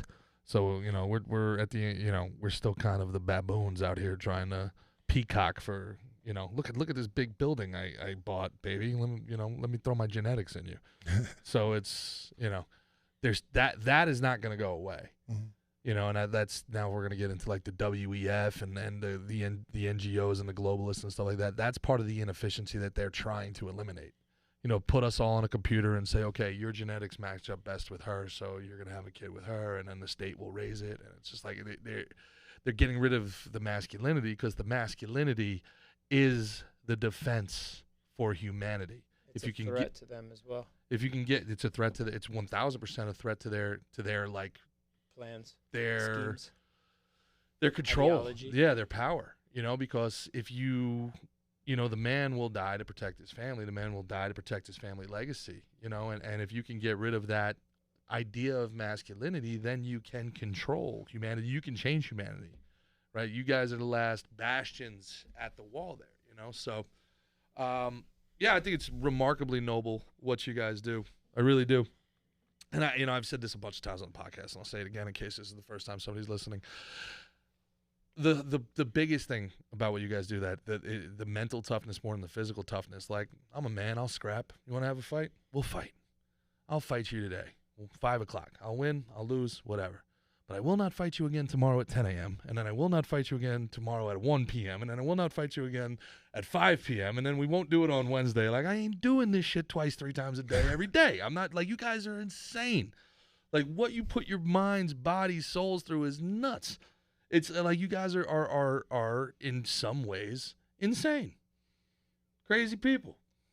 Yeah, I was going to say before when Impa was talking about kind of like if he's like, if I like love you, I'll be willing to punch you in the face either physically or verbally. And a true friend or someone who truly loves you will tell you the hard truths. If you're fucking up in somewhere in your life, or you're, you know what I mean, a fake friend will be like, oh, you're doing great, blah blah blah. But a true friend will be like, hey man, like, what are you doing? Step your shit up. You see, you know what I mean? That's a real friend. That's real love right there. You know? Yeah, I think it's important too. Like when it doesn't benefit you. Yeah, and like my training partner, we help each other get better. But if he's not here, I'm not there. He's gonna still do great work. He will. He has. If I'm not there, if he's not there for me, I'm gonna still keep moving forward. But it's not about us. It has to be bigger than you, right? You know, it's funny if Rutgers football says this. It's like they use the acronym for family. It's like, forget about me, I love you. Huh. And I like that a lot. And it's cool. Now, those boys, like those young men, they mean it for each other. Like those guys, like it's cool to see like a coach turn the program around and things like, you know, guys start coming back up. But and they were like, they would say it. And then I seen guys in like I said, Kansas City Chiefs running back Pacheco. Yeah, he said it too, and I was like, man, that guy took that same phrase with him to the league. Like he meant it. He wasn't just saying it because your coach said it. He's like, no, like this is what it is. But when you talk to Coach Yano and you talk to other guys, like, and even the assistant coach, I forget his name, but he says, I always ask people, like, what would you tell your 29-year-old stuff? What would you tell your 30-year-old stuff? Like, whatever age I'm at, I'll ask you what advice, you know? And he said, no trial lasts forever. And I thought it was pretty cool. And I just shout out to him. It's like, for anybody listening, just no trial lasts forever. But, you know, it's like they say, forget about me, I love you. Like, you'll fight for the people you love. You'll do it because, like, you can hate something so much, but that hate's going to fizzle out and take you out. But if you love somebody, that thing never has to die. Love is a much stronger motivator, energy source than hate. Yeah. You know, I don't fight with hate of my opponent. I fight for the love of my family, my friends, my training partners, you know what I mean? All the people that are genuine and that care about you in your life, you know? Yeah. Well, you like history. I mean, you love history, right? You think about, you read about it and like, think about the Ottoman Roman Empire battles. Think about this. You think those people really wanted to go out there and get hacked by a sword? But then you realize, like, if they don't fight for this right now, like, they could say it's a faith or they could say this for money, but they realize that these people come into their town and take it over, the people that they love the most are going to suffer. So they're doing it out of love. I don't know. You don't think so? What do you think they did it for? Repression. I think that they were, in many ways, the people that were dying were forced to die because they we got a whole other hours on that one, but I'm my love of history has made me a remarkably anti-government human being because that very thing right there. Think about if you talk about the Romans, right? Half of Roman history is civil war, Roman killing Roman, 100%, for the benefit of who? The World War right here in normal times. World War I was essentially a fight between three cousins. The Habsburg dynasty, right? You had, the Russian Tsar, I believe it was Nicholas. You had Kaiser Wilhelm, and you had King George. Where did Tsar and Kaiser come from? Tell the people. Caesar. Caesar. So that was a family squabble that they couldn't, and they were arguing over wealth and land and power and prestige. 1 million peasants died. 100%. But you think the people at the top think that way for sure. But I'm saying the people who are the tribesmen, the people in the forest, the everyday people, the blue collar people, the ones who are actually fighting for something bigger than themselves. They at least believe that they're fighting for, and maybe it's under some umbrella of some government control or whatever, usually as it is. But the ones who are signing up, the ones who are on the front lines, the ones who are actually doing, they have some different kind of hope that what they're doing is going to protect the ones that they love. So to that point, and I'll do this quickly, one of the best things about America has come under, so much scrutiny, and most of it justified. But the beauty of what this country was founded on is it is the first nation ever in the history of our species who the conquering heroes turned around, and our founding fathers, for all their warts, beat the biggest empire the world had ever seen at that point, or at least outlasted them, and then turned around with everything that they risked, everything that they fought for, everything that they sacrificed, and everything that they gained, and shared power, and gave it back to the people, some of them, and said, if you don't like what I'm doing, vote me out. I don't care that I fought for this. And it's funny that Hamilton has become this big pop culture thing. Hamilton was the guy that was like, what are we doing? We need a central bank and we need a monarchy here. Why would we give this up? This is nuts. Think about why Britain fought to keep it. It's ours now. That was Hamilton, right? And the other guys who thank God won, Hamilton ended up getting shot basically over that and fucking everybody's wife. But they were like, no, that's not what this is. This is a republic if you can keep it. And they wanted to make this government as neutered as possible. What they believed, and what is bearing true now that we're seeing, is government itself attracts bad people. It's not that government's inherently bad. It's that the people who are ambitious and all they care about is power, wealth, and accumulation go to this place because that's their best avenue of doing it. So we have to make this government as neutered as possible, because we have to make their impact, these evil people's impact. The government will become corrupt. The corruption is not a folly. It's not a bug. It's a feature. It will make itself bigger, stronger, more powerful, more wealthy. We have to do everything we possibly can to limit that, and it's being borne out every day here. It's remarkable. So why I bring that up is because what you're saying. The localism of it. What did they do? The United States of America. This was never supposed to be one big country, one conglomerate. It's hey, man, we'll have an agreement. Kind of do your own we'll have thing. An agreement. I'll protect you, Pennsylvania. You protect me, New York. But hey, when shit goes left, if I want to leave, I can leave. Right? So you better. And there's an accountability factor there. Hey, don't be doing that bullshit because I'll leave. Right? And there is an accountability factor there. And now I think how we kind of fix everything, going back to that tribal aspect that you're talking about, hyper-localism.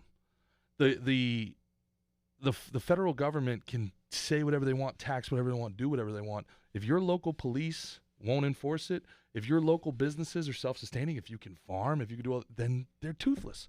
They have no power. So if we can get back to that aspect of, I like that, the family aspect, and then the other idea of if it's not me, who? If I'm not going to be that example, like you said before, the Christian has to be the hardest working guy. You're leading by example. If it's not me, if we're not going to have these hard conversations, if I'm not going to challenge the power, if we're not going to challenge the paradigm, then who? I'm going to wait for my kids to do it?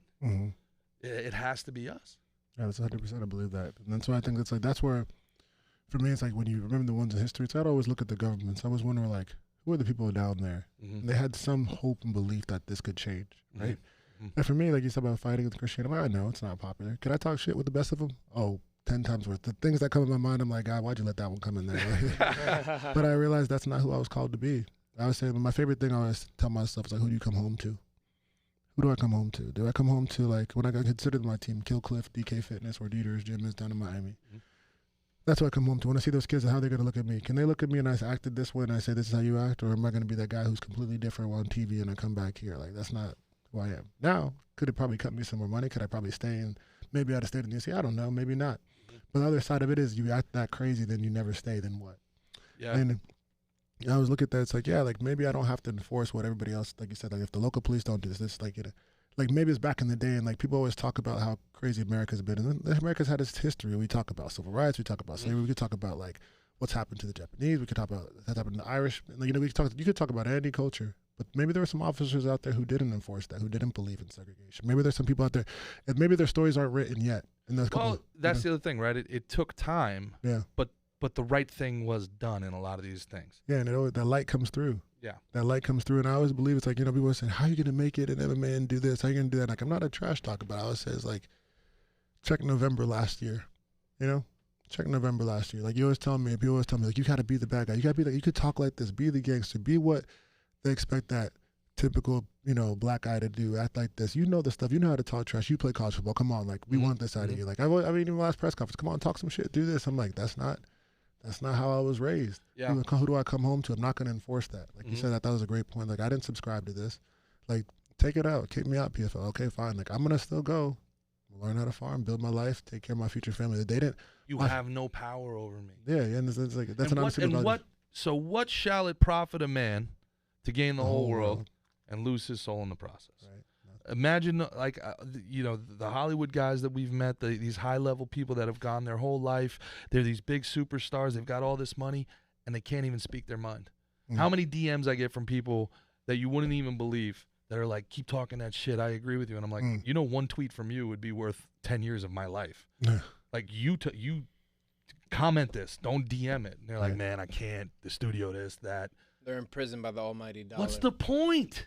Like, where you seek your validation What's from? the point of it all if you're going to do all of this to become that type of a man and then they own you? You're just their puppet. I don't get it, man. I don't get it. That's real. And it's like, it's like Henry always says, like, you never forget. My mom says this, never forget you're Christian and then you're a man, right? Like, understand the man that you are. Henry always says, never forget you're a man. Man first. Right? Mike Tyson, he's like, yeah, talk all this stuff you want, but I'm a man. You couldn't leave a day in my life. Right? And he's still a man. And I remember that because it's like, what's more important to me is not like that people know me on TV. Like, I love to fight. I'm grateful. I get paid for it. But I always thought I was going to be an accountant and fight underground and just do it because I was like, this is the way. My coach was like, you could probably go to the UFC if you just focus on this. I'm like, all right. But you can't forget who you are and whose you are and where you seek your validation. Like, for me alone, it's like I seek my validation in Christ alone. Not even my parents. My parents, there's a verse like in that same one where it says, like, lead me along the right path. My enemies are waiting for me. It's like, even if my mother and father forsake me. My parents tell me, like, if I let you go and I was messing up and tripping, you go do the thing and take care of your brother and sister. Like, that's what we called you to do. My dad always said, like, the man, provides, he fights for the family. He's like, I take the first bullet as a dad. You take the second bullet as the firstborn son. Your mom takes care of your brother, takes the next one, your brother and sister, in respective order. But you protect this household, and that's it. And ever since I was little, my dad always told me, too, my dad's a great man. Like, I shout out to him. He's like, never laid a hand on my mom, never done this. But he said, if I ever did it in my life, what do you do? And from a young age, he's like, I shoot you. And he would just tell me, and I was like, why would you tell me to do this to me? When as a kid, I was like, you're my dad. But then I got what he was saying. He's like, this is a standard by which we live. And this is who you are. And people always like, if you know my dad, he's sweet, quiet, chill, but he has his ways that he believes in. He's like, you never put your hands on him. You never do this. And he's like, if I ever did that to you, if you ever saw me do that or get there, you step in and you fight me to the death.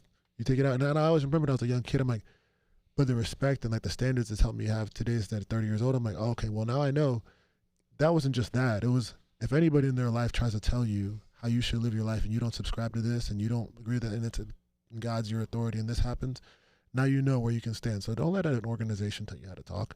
Don't let this person tell you to talk. Don't let your friends tell you how to treat this lady or friend. Like, what are your standards and principles? And if you don't know yourself yet, go do some self-searching first. And I always thought that was pretty cool. And I'm grateful for my parents for teaching me that, because and then my faith, it's like, what if I got to die? I got to die. That's where I stand on it, Awesome, man. It's, remarkable how introspective and philosophical fighters are. You know, you talk about Mike Tyson. Some of the things he says are just, you know, remarkable. The insight that he has, and you know, the lived experience. We had Chase Sherman on; he was great. You've been fantastic. I'm sure the audience is loving this as well. Mickey as well, and you know, all these guys go to school for philosophy, and they spend 6 years, 8 years. They get their PhD in philosophy, and here we are, fighters with 6 years in the game, have more perspective and insight than they could ever provide from reading Nietzsche. And well, the difference I think about it is that you're living this and experiencing this. You're not reading about the lived experiences of other great men.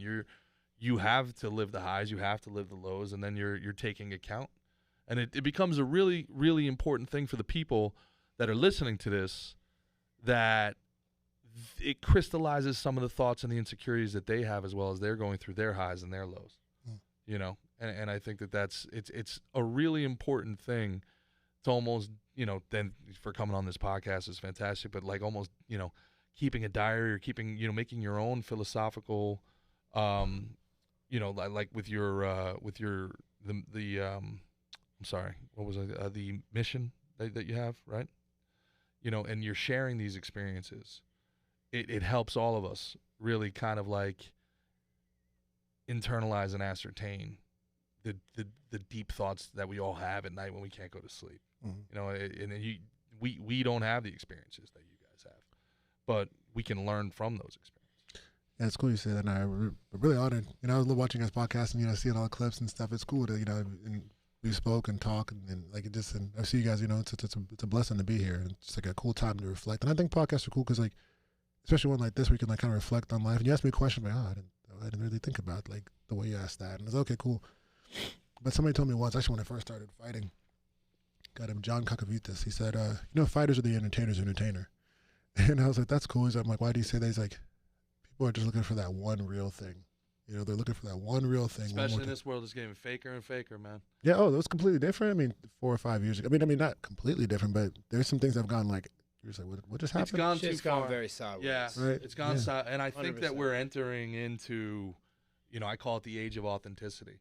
Especially as everything now becomes AI. I call it the rubber band effect. That Yeah. has been pulled so far this way, it's bound to snap back. All the bullshit's been so far here, it's about to let go, and like realness is gonna come back. Yeah, for the longest time, it was about like being perfect in some ways. Like, oh, God forbid this thing comes out. This is gonna ruin his. How can this guy become a Wokeness, candidate? Yeah, like, so, oh my God, they put out a tweet 15 years ago. It turns out this quarterback isn't a perfect taking human. shit out of context. Now, I almost like you more if you did something stupid 10 years ago, because right. I was doing dumb shit 10 years ago, and I'm like, okay, this guy's grown from it. He's evolved from it. He's not the same person at 25 than he is everyone's at got to 15. check out that Mike Posner that you put on your story. That's exactly what I'm thinking about. That Mike Posner thing. What's the name of the song? Took a pill and a Ibiza. Took a pill in Ibiza, and Yep. he was a 26-year-old then when he wrote the song. 10-year anniversary. And he talks about just how he just turned 36, and he talks about how much of his life has changed. How he was one person then, and that I'm just gonna read the caption real quick. I just sent it to Christian. It's up on there on the. Is it up on the screen? On my 26th birthday, I took a pill in Ibiza 10 years ago. The song became popular several years after I wrote it. Yesterday, I celebrated my 36th birthday. I feel proud to look at the song lyrics and know that none of them are true anymore. I've grown into a completely new man, one that I'm proud of. Check this out. And then he breaks down each part, but he ends it with, "I love you. If you're going through shit right now, keep going. You have no idea how good your life may be in 10 years. In gratitude, Mike Posner." He says, "Don't judge yourself too early. Head in the right direction. You'll get off course. That's to be expected. But reorient and keep going. You'll be amazed where you end up." Yeah. And that gratitude and service mentality, I cannot express it. I know you're listening to this thinking how corny that fucking sounds, because I've been there and I've rolled my eyes. The biggest cynic I know. I tell you, but I'm telling you, In size. Wait. the largesse.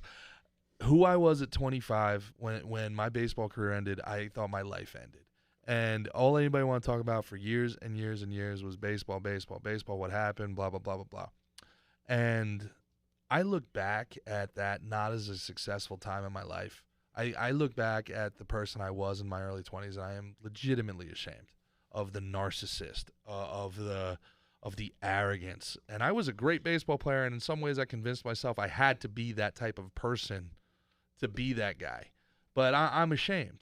I'm ashamed at how self-centered. I'm ashamed at how much of a taker I was. I took, and I never gave. And then I really wanted to become of service, and you would think you get less out of it. You get so much more. Your world opens up in so many ways when you do put other people first. And you try to humble yourself, and you try to be slow to anger. You know, I'm still get angry, obviously, but I'm so much slower to it than I used to be. I used to be very quick to anger. And you realize, and man, you've done a great job of, you know, I didn't know you back then, but I know you now, and you're very generous, very loyal. Like, you're a much more selfless guy than this guy that you portrayed back then. Yeah. So just like the so when I look at poster that, talking about the song, you know, you've done that as well. when I look at that, and I posted it, and I said, man, you know what, like, who you are is not who you always have to be. Sometimes, you know, we think like, man, this is final, like defeat. What are people gonna think? I'm gonna like, dude, this is not a cross you have to bear forever. Like, make the decision and decide to change, then act on the change. Yeah, grow, evolve. If you are the same person at 36 that you were at 25, you're an asshole. Yeah. You know, like grow, evolve, man. Like and so like when it comes to these things that we're talking about, cancel culture and all these other things, I think my giant pushback, one, is I have a natural allergic reaction to bullies. I hate being bullied. I hate when people bully other people. The vaccine could have been the greatest thing ever on earth. The second they forced people to take it or lose their job, I'm like, nah, fuck these people. Fuck them. I don't care. Like, I will die on this hill, very literally. And, you know, that's the first part of it. And then the second part of it is, like, you have to give people the grace to change and accept that, hey, maybe I was wrong, and evolve. And the problem with the whole cancel culture thing is that's it. You're done. It's over. This person's horrible. This, you go back to the forefathers. Like, okay, George Washington was a slave owner, so nothing he does matters. Nothing. We can learn nothing from this guy. We're not going to put any nuance into the time period. We're not, like, you know, it's just, that's it. It's over. And now everything that he did in this country is illegitimate. Start it all over. Burn it from the ground. You're just destructive. You're not actually trying to do anything positive. You're using this, and you're using people's anger and weaponizing their empathy for your personal gains. Right. That's a bad human being, right? But at the same time, even now, after everything that they've done, if they were to at least apologize or acknowledge it, you can come back into the circle. You can come back in. Yeah, you know? Forgiveness is a beautiful thing, no? You gotta learn to forgive people. Like I said, whether to say it's corny or not, but you hate people enough, man, like, it's only you just killing yourself. Like, yes, but I do think also they do have to apologize. Oh, I 100%. I think the acknowledgement and the accountability is very, very, very important, because if you don't acknowledge what you did, I can't trust you the next time it happens. I'm not necessarily mad about what happened. I'm over it. What I am is distrusting about having you in my life, because I see you as a threat if it happens again. Wholeheartedly agree with that. Yeah, sorry, let me spoke. What I'm saying is, like, yeah, you have to forgive people, but it doesn't mean you necessarily have to trust them to be like, they get that permission to be back in your life in the in the same way. Maybe a different perspective, but you also be cautious as they change, as they grow, and if it's on your heart to accept them, I think that's your right.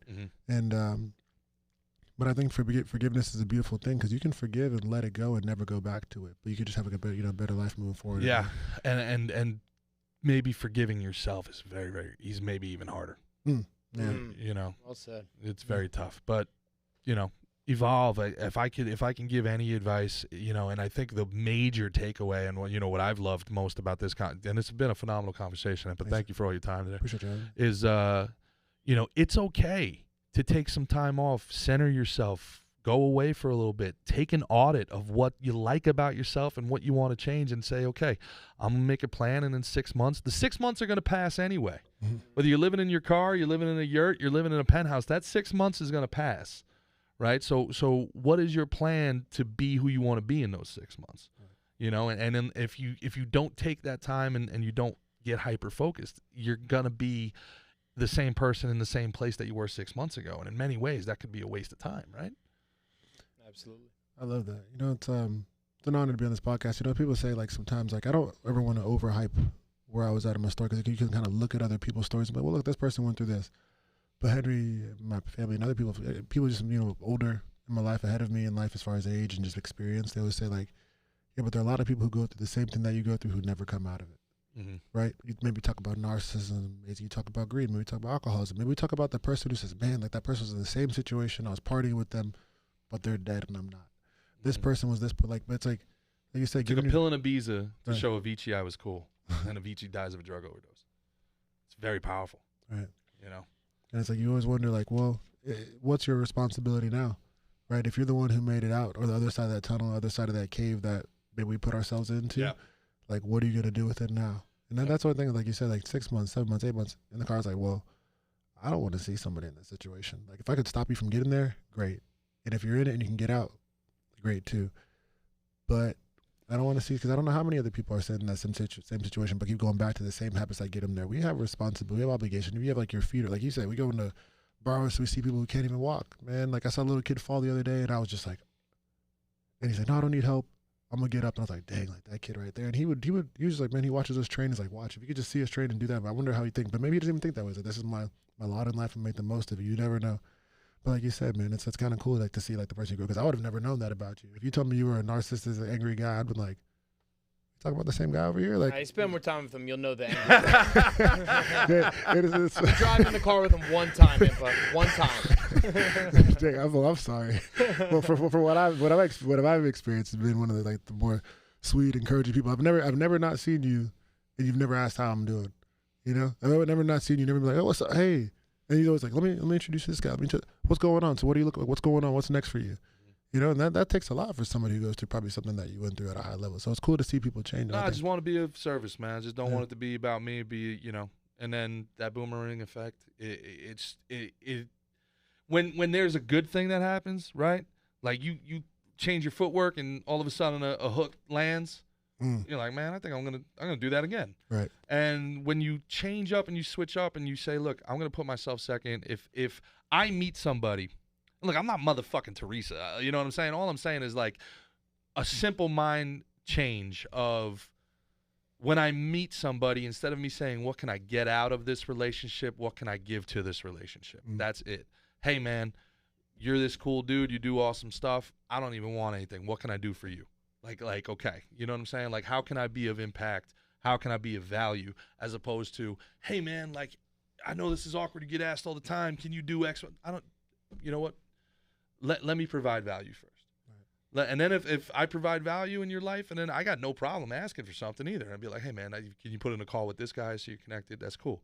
Right. But I need to provide the value first. I say it's better to give than to receive. And if you think about it, if you're able to give, it means you have it, right?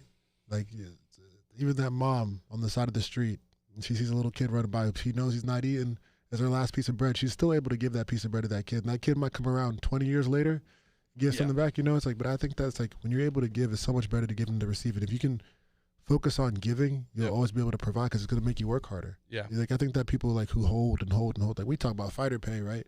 But we don't talk about coach pay much. Right, and when we talk about fighter pay, we don't talk. Well, we just had Strout and Greg on, and they both talked about it. Right, so. Okay. But we're advocating for it. We're advocating. But we as a fighters, we help get Michael Moore in the Hall of Fame a little bit, and maybe we'll help the coaches get a couple extra shekels. You know, like right. You know, be of service. Right, be of service, give, because you know the people who help you get there, we can't forget them. Yeah, for sure. We can't forget them, man. Absolutely. Mick, you want to take us out, bro? No, we're gonna pick these fights first. Oh, pick the fights. Hey, we're not going anywhere. Pick the fights right here. All right, here we go. Christian, could you read off from the bottom of the card to the top? Stack card, bottom to the top. Yeah, it is a stack card. All right, we have, to start off the fight, Abdullah Al-Kwa. I can't do the last name. Katani, thank you. You want to read this one too? Tony Olive's in the building, ladies and gentlemen. Tony Olive's in the building. I'm not gonna lie, that one is hard even for me. Yeah. Say hello to my little friend. Pero con Dala Rao. Okay. I'm not familiar with either one of the gentlemen. Do you know? Same here. All right, let's skip. Skip. All right, right on to Clarissa Shields, or you can. Clarissa Shields against Thurman. I'm just kidding. Y'all never heard of that one? Yeah. That was a good one. Okay, She said she beat him up. All right, so Clarissa Shields and Kelsey DeSantis. Okay. I'm not super familiar with DeSantis. What's the line here? How much of a favorite is Clarissa? Yeah, she's over pretty good. A pretty good amount. What She's does 455. Yeah, big favorite. Almost a 2 to, or more than a 2 to 1. That's 4.5 to 1. Yeah. Yeah, I think I'm gonna go with Clarissa Shields on that one. I think maybe you throw that in part of the parlay just to sweeten it up. Any pick, Imp? I'm going to Clarissa Shields too. I think hopefully she's been improving. I know she's actually with Buckley's team now. Actually, Is that right? Yeah. And they come to fight. I think she'll come to fight. She shows up in big moments. She's shown them over time in history. Absolutely. Boxing champion. Yeah. Next fight. All right, we got Biagio Ali Walsh against Emmanuel Palacio. Now, Biagio Ali Walsh, that's Muhammad Ali's grandson. Really? Yep. Mhm. And we're both wearing our Ali shirts. Rumble, young man, rumble. I'm going with Mr. Ali. Brother, let me tell you, it's 1,000 favorite. I think if you do the Clarissa and Ali parlay, Jeez. throw that in there maybe, and to bring down the odds. Or Thoughts? you might as well throw $10 on a parlay for both of them to lose and buy a new house. Who you got? I got Ali Walsh, man. He's showed some pretty good improvement. He's definitely coming up. They kind of, I want to say groomed him in a way, but he's been like really building himself, and he's taking advantage of opportunities, and he comes to fight, which I like. He's not Combat living, royalty, Yeah. and he brings it. I like his style. Am I right to remember that Ali's daughter was a boxer for a little bit? Mhm. Yep. Correct. Next fight, guys. All right, we got Gabriel Alves Braga versus Aaron Pico. Aaron Pico. Aaron is favorite, 298. People just tuning in now are going to be like, man, Christian's Spanish enunciation. Yeah, Christian been spending a lot of time down in Miami. Christian been doing Miami, boy. So He's I rolling them people R's. know Pico was one of the biggest MMA prospects when he started his career. He was a great wrestler, and I think he might have been an Olympic wrestler. Is that right? Do you know? I think it was. Oh my goodness, was he alternate like a junior champion or something? Yeah, but That's like stud, and he also came up boxing with Freddie Roach. Wow. He's one of the best. He took some. I think he lost his first fight. It was a big deal. Like they were basically like almost like looking to groom him and build him up. Ends up losing. He's lost a couple fights. Lost one to Henry Corrales, tough fight. Henry Corrales is a dog. I love that guy. Oh hell yeah! But Pico has one of the best body shots. Like people, he hits people. Looks like they got shot by a sniper. He's a fantastic fighter, well-rounded. I'm going Aaron Pico for sure. Good kid too. Yeah, we missed to say Gabriel Braga's father passed away recently, so rest his soul. And I mean, you never know what's going to bring a guy out to come fight a different way. I like Braga. You like Braga in this fight? I like Braga. He comes to fight, man, and that guy's. I always kind of look past the fight and what's on paper, right? And that's how I just look at things, right? And I just think that I think Braga's going to bring it in a different way. I seen Pico, when he fought a guy who dogged him out, we'll see. And that's one thing Braga comes to do. He comes to dog fights. We'll see. Interesting. Yeah. Interesting. All right. So me and Impa are disagreeing on this one. Next fight. All right, we got Clay Collard versus AJ McKee Jr. And we got McKee Jr. as favorite, 258. I got McKee. I trained with AJ McKee. He's a smaller guy. I was very impressed. His father, Antonio McKee, was a great MMA fighter. One of the forefathers. He's been he's been doing it since he was in diapers. He's been training MMA, and he's a real talented kid. I got AJ McKee. I'm split there. Collard's tough, man. Collard's good. Collard's good. And I saw him good. fight live. And I've just seen him fight a few times, man. He comes to fight in a different way, man. He took it to Shane Burgos, and Shane Burgos doesn't back down. He really took it. Man, AJ is he has his name, the Mercenary, right? And, Yeah, the Mercenary. He definitely gets. I think AJ can get that one. Yeah, very athletic. Diverse striking. Yeah. So we're going with AJ on that one.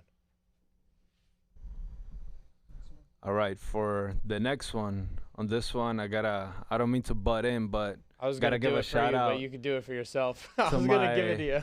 to my boy Yoel Romero. Who's what's Yoel's walkout music? Oh, it's gonna be I made the walkout song for Yoel Romero, actually. You made Yoel Romero's walkout song? Yeah, man. No way. He congregates in my house. We have a church in my house, so he comes and he pretty much requested that he wanted to have a theme song for his walkouts and for kind of himself, right? And then I used to rap when I was in the world. I did secular music, and then I just made it happen, and the song came out great, and he's gonna walk out to it. Yeah, I heard it. The song's fire. It's a great walkout song. Phenomenal. Yeah, I'm gonna show Soldier it of to you God, later. right? Yeah, His Soldier nickname? of God, Yeah, Soldado de fantastic. Dios. It's in Spanish mostly. Yeah, but hey, I gotta go with my boy Yoel Romero. Thiago Santos is a tough fight. I'm not gonna lie to you, and his favorite over 120, but I gotta go with the underdog Yoel Romero, man. Shout out to you. How old is Dios Yoel te bendiga. Romero now? 46. Wow. Yeah, He's old, man. I got I think Thiago Santos he's a very violent striker, great striker. Mareta, they call him, which is like the hammer. He's a beast. He's got the big hammer on his chest too. I think Yoel's best path to victory would be to wrestle him, take him down a lot. I don't know. Yoel doesn't wrestle that much. You know what I mean? Like he doesn't use his wrestling much, even though he's such a high level wrestler. I'm gonna go with Yoel Romero in this fight. I'm gonna go with Yoel. Obviously our boy Tony Olive's got some skin in the game there. What do you think, Impa? Interesting, right? Gotta go with the kingdom, bro. And Santos the just kingdom. yeah. Go ahead. I think both of them are in a way. So it's like, let's see. When it comes down to the fight, I think it's a close fight, but I think Yoel can pull it out if he fights smart. There's some things like not you never insult anybody, but like Thiago got kicked out the season last year for cheating. And I was gonna say that, and I backed off. But no, it's good. It's Cheating in which way? he took something. Oh, really? And hey, who knows if it was tainted and not? Like if that's his thing, I'm not calling you out on it in a negative way. Regardless, that was the case, right? Yes. And then, if it's the truth, hey, that's what it is. And I think people who cheat, like they're weak in a way. Absolutely. Right? So it's like hey, look, you can say whatever you want about Yoel Romero, how he looks and what he's done, but he's never failed. No, Never failed. Well, Right. Yes, he did, but he was proven tainted supplement. Proven tainted. He got some paper off that. Did he really? Yeah. $23 million. Yeah, from shut down whatever that brand was called. So like we know what Tony charged him for that walk-up song because he walked out here with the Versace shoes. So yeah. So, yeah, now we know where those Wagyus are coming from later. Now I wonder. I'm gonna be a little conspiracy theorist here because you look at Yoel and he's like jacked, like crazy, like looks like a superhero.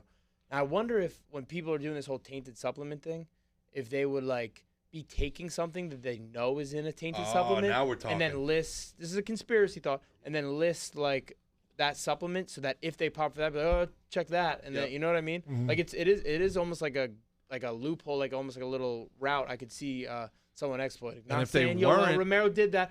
If they weren't doing it before, they're gonna do it now. That's fucking brilliant.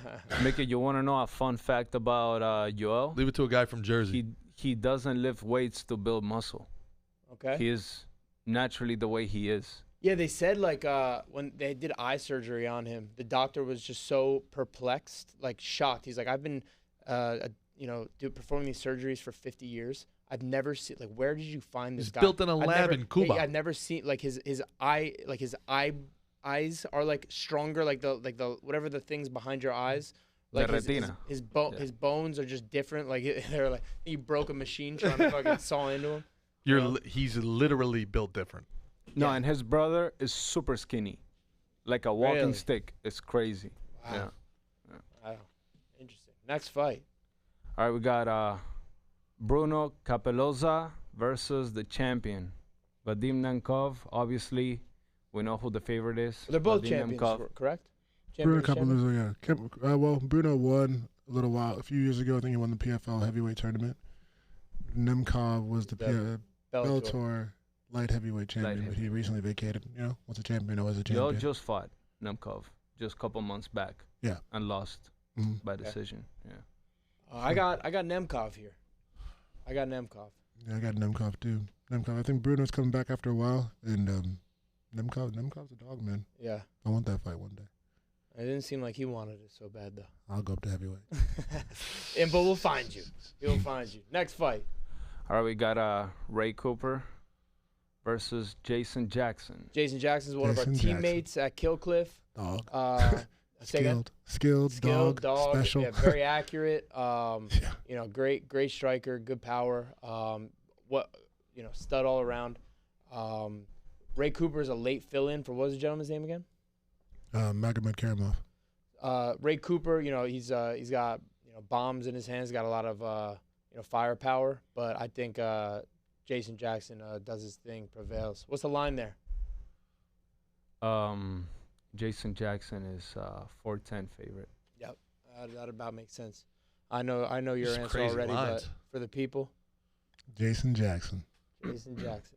Next fight.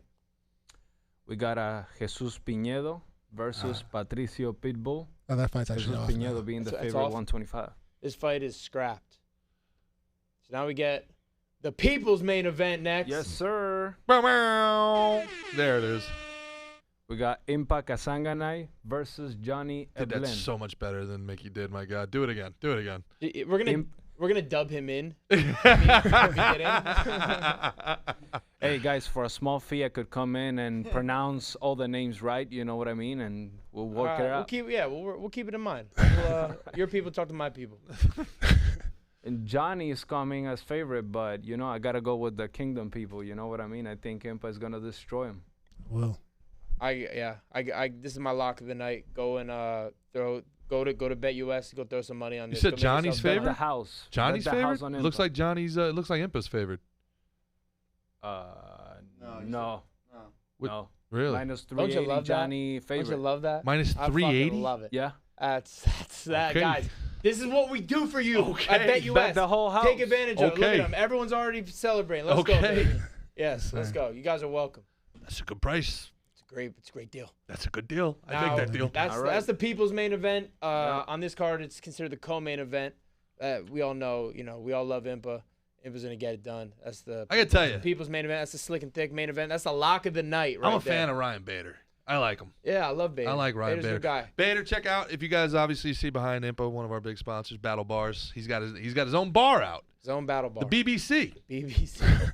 Pop it in Bader's your- pop it banana in your- cream. Pop it in your mouth, Christian. Just You know take you his like it. 2-3 BBCs a day. It'll be good for you. Bader's banana cream from Battle Bars. It's really very, very good. You guys should check it out. It's limited edition only. So go to battlebars.com. I should probably know. I should probably know. Just follow Battle Bars on Instagram. Shoot them a DM. Yeah, and get you some of that stuff. All the tell 'em ingredients, all the that, ingredients in it are great. It's really good stuff. I'm slick And and thick sent you. I got Ryan Bader. I got Bader and his Battle Bars and his BBC and. I'm going to jump I in got on this Bader. and say I really want Bader to win because I want the Bader swarm fight that never happened. Yes, we need to have the and Bader, another man of his word. He said he told Linton, he's like we're gonna do it. We're gonna do it. So, we hopefully our boy Linton, but maybe our brother over here might call out the champ there while they're waiting for Ngannou to fight. Who's he supposed to fight next? He's supposed to fight AJ. Anthony Joshua. Anthony Joshua. Joshua. Yeah, so if he's tied up, man. They're apparently having some issues with that fight now all of a sudden. Really? Something with figure. Joshua's camp. I don't know. The boxing thing. It's always funky. Who you got in the main event? Hanan Bader, Hanan Ferreira. Man, Hanan can throw down, but Bader's proven himself so many times, time and again. I think he's like one of those guys who's old, but he's not old. They think he's like an old guy. And Ferreira's definitely struggled with wrestlers. I'm gonna go Bader, That's the path I see. but I think he's got to be smart because Ferreira can throw, Mhm. But either one, I want him. Yeah, hell yeah. I love it. Love I it. love it. You heard it here first, folks. All right, G. Take us out of here. We'll let Impa get back. He's got to hop on a plane soon. Impa, can't thank you enough for coming on, buddy. Appreciate you having me on, Really, man. really great to Thank have you. you. Yeah, Impa, bud. You're the tell the best, people bud. where Love you, dog. they can find you again one more time.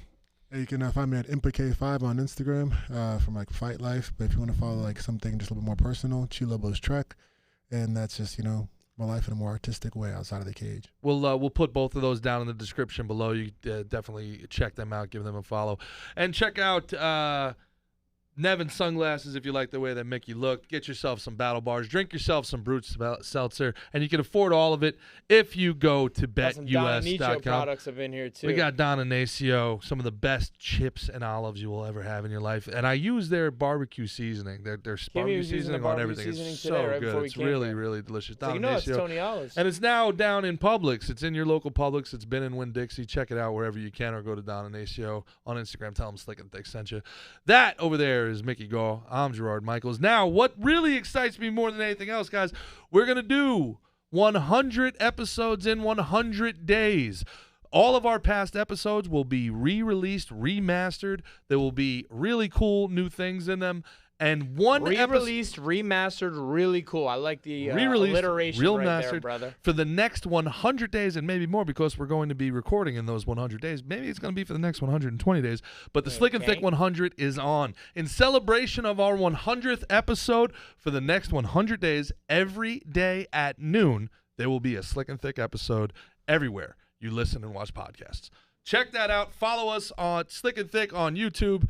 We're on Spotify. We're on Apple. We're on Samsung. We're everywhere that you want us to be. We will see you next time. Bye, guys. Love you. Big kiss.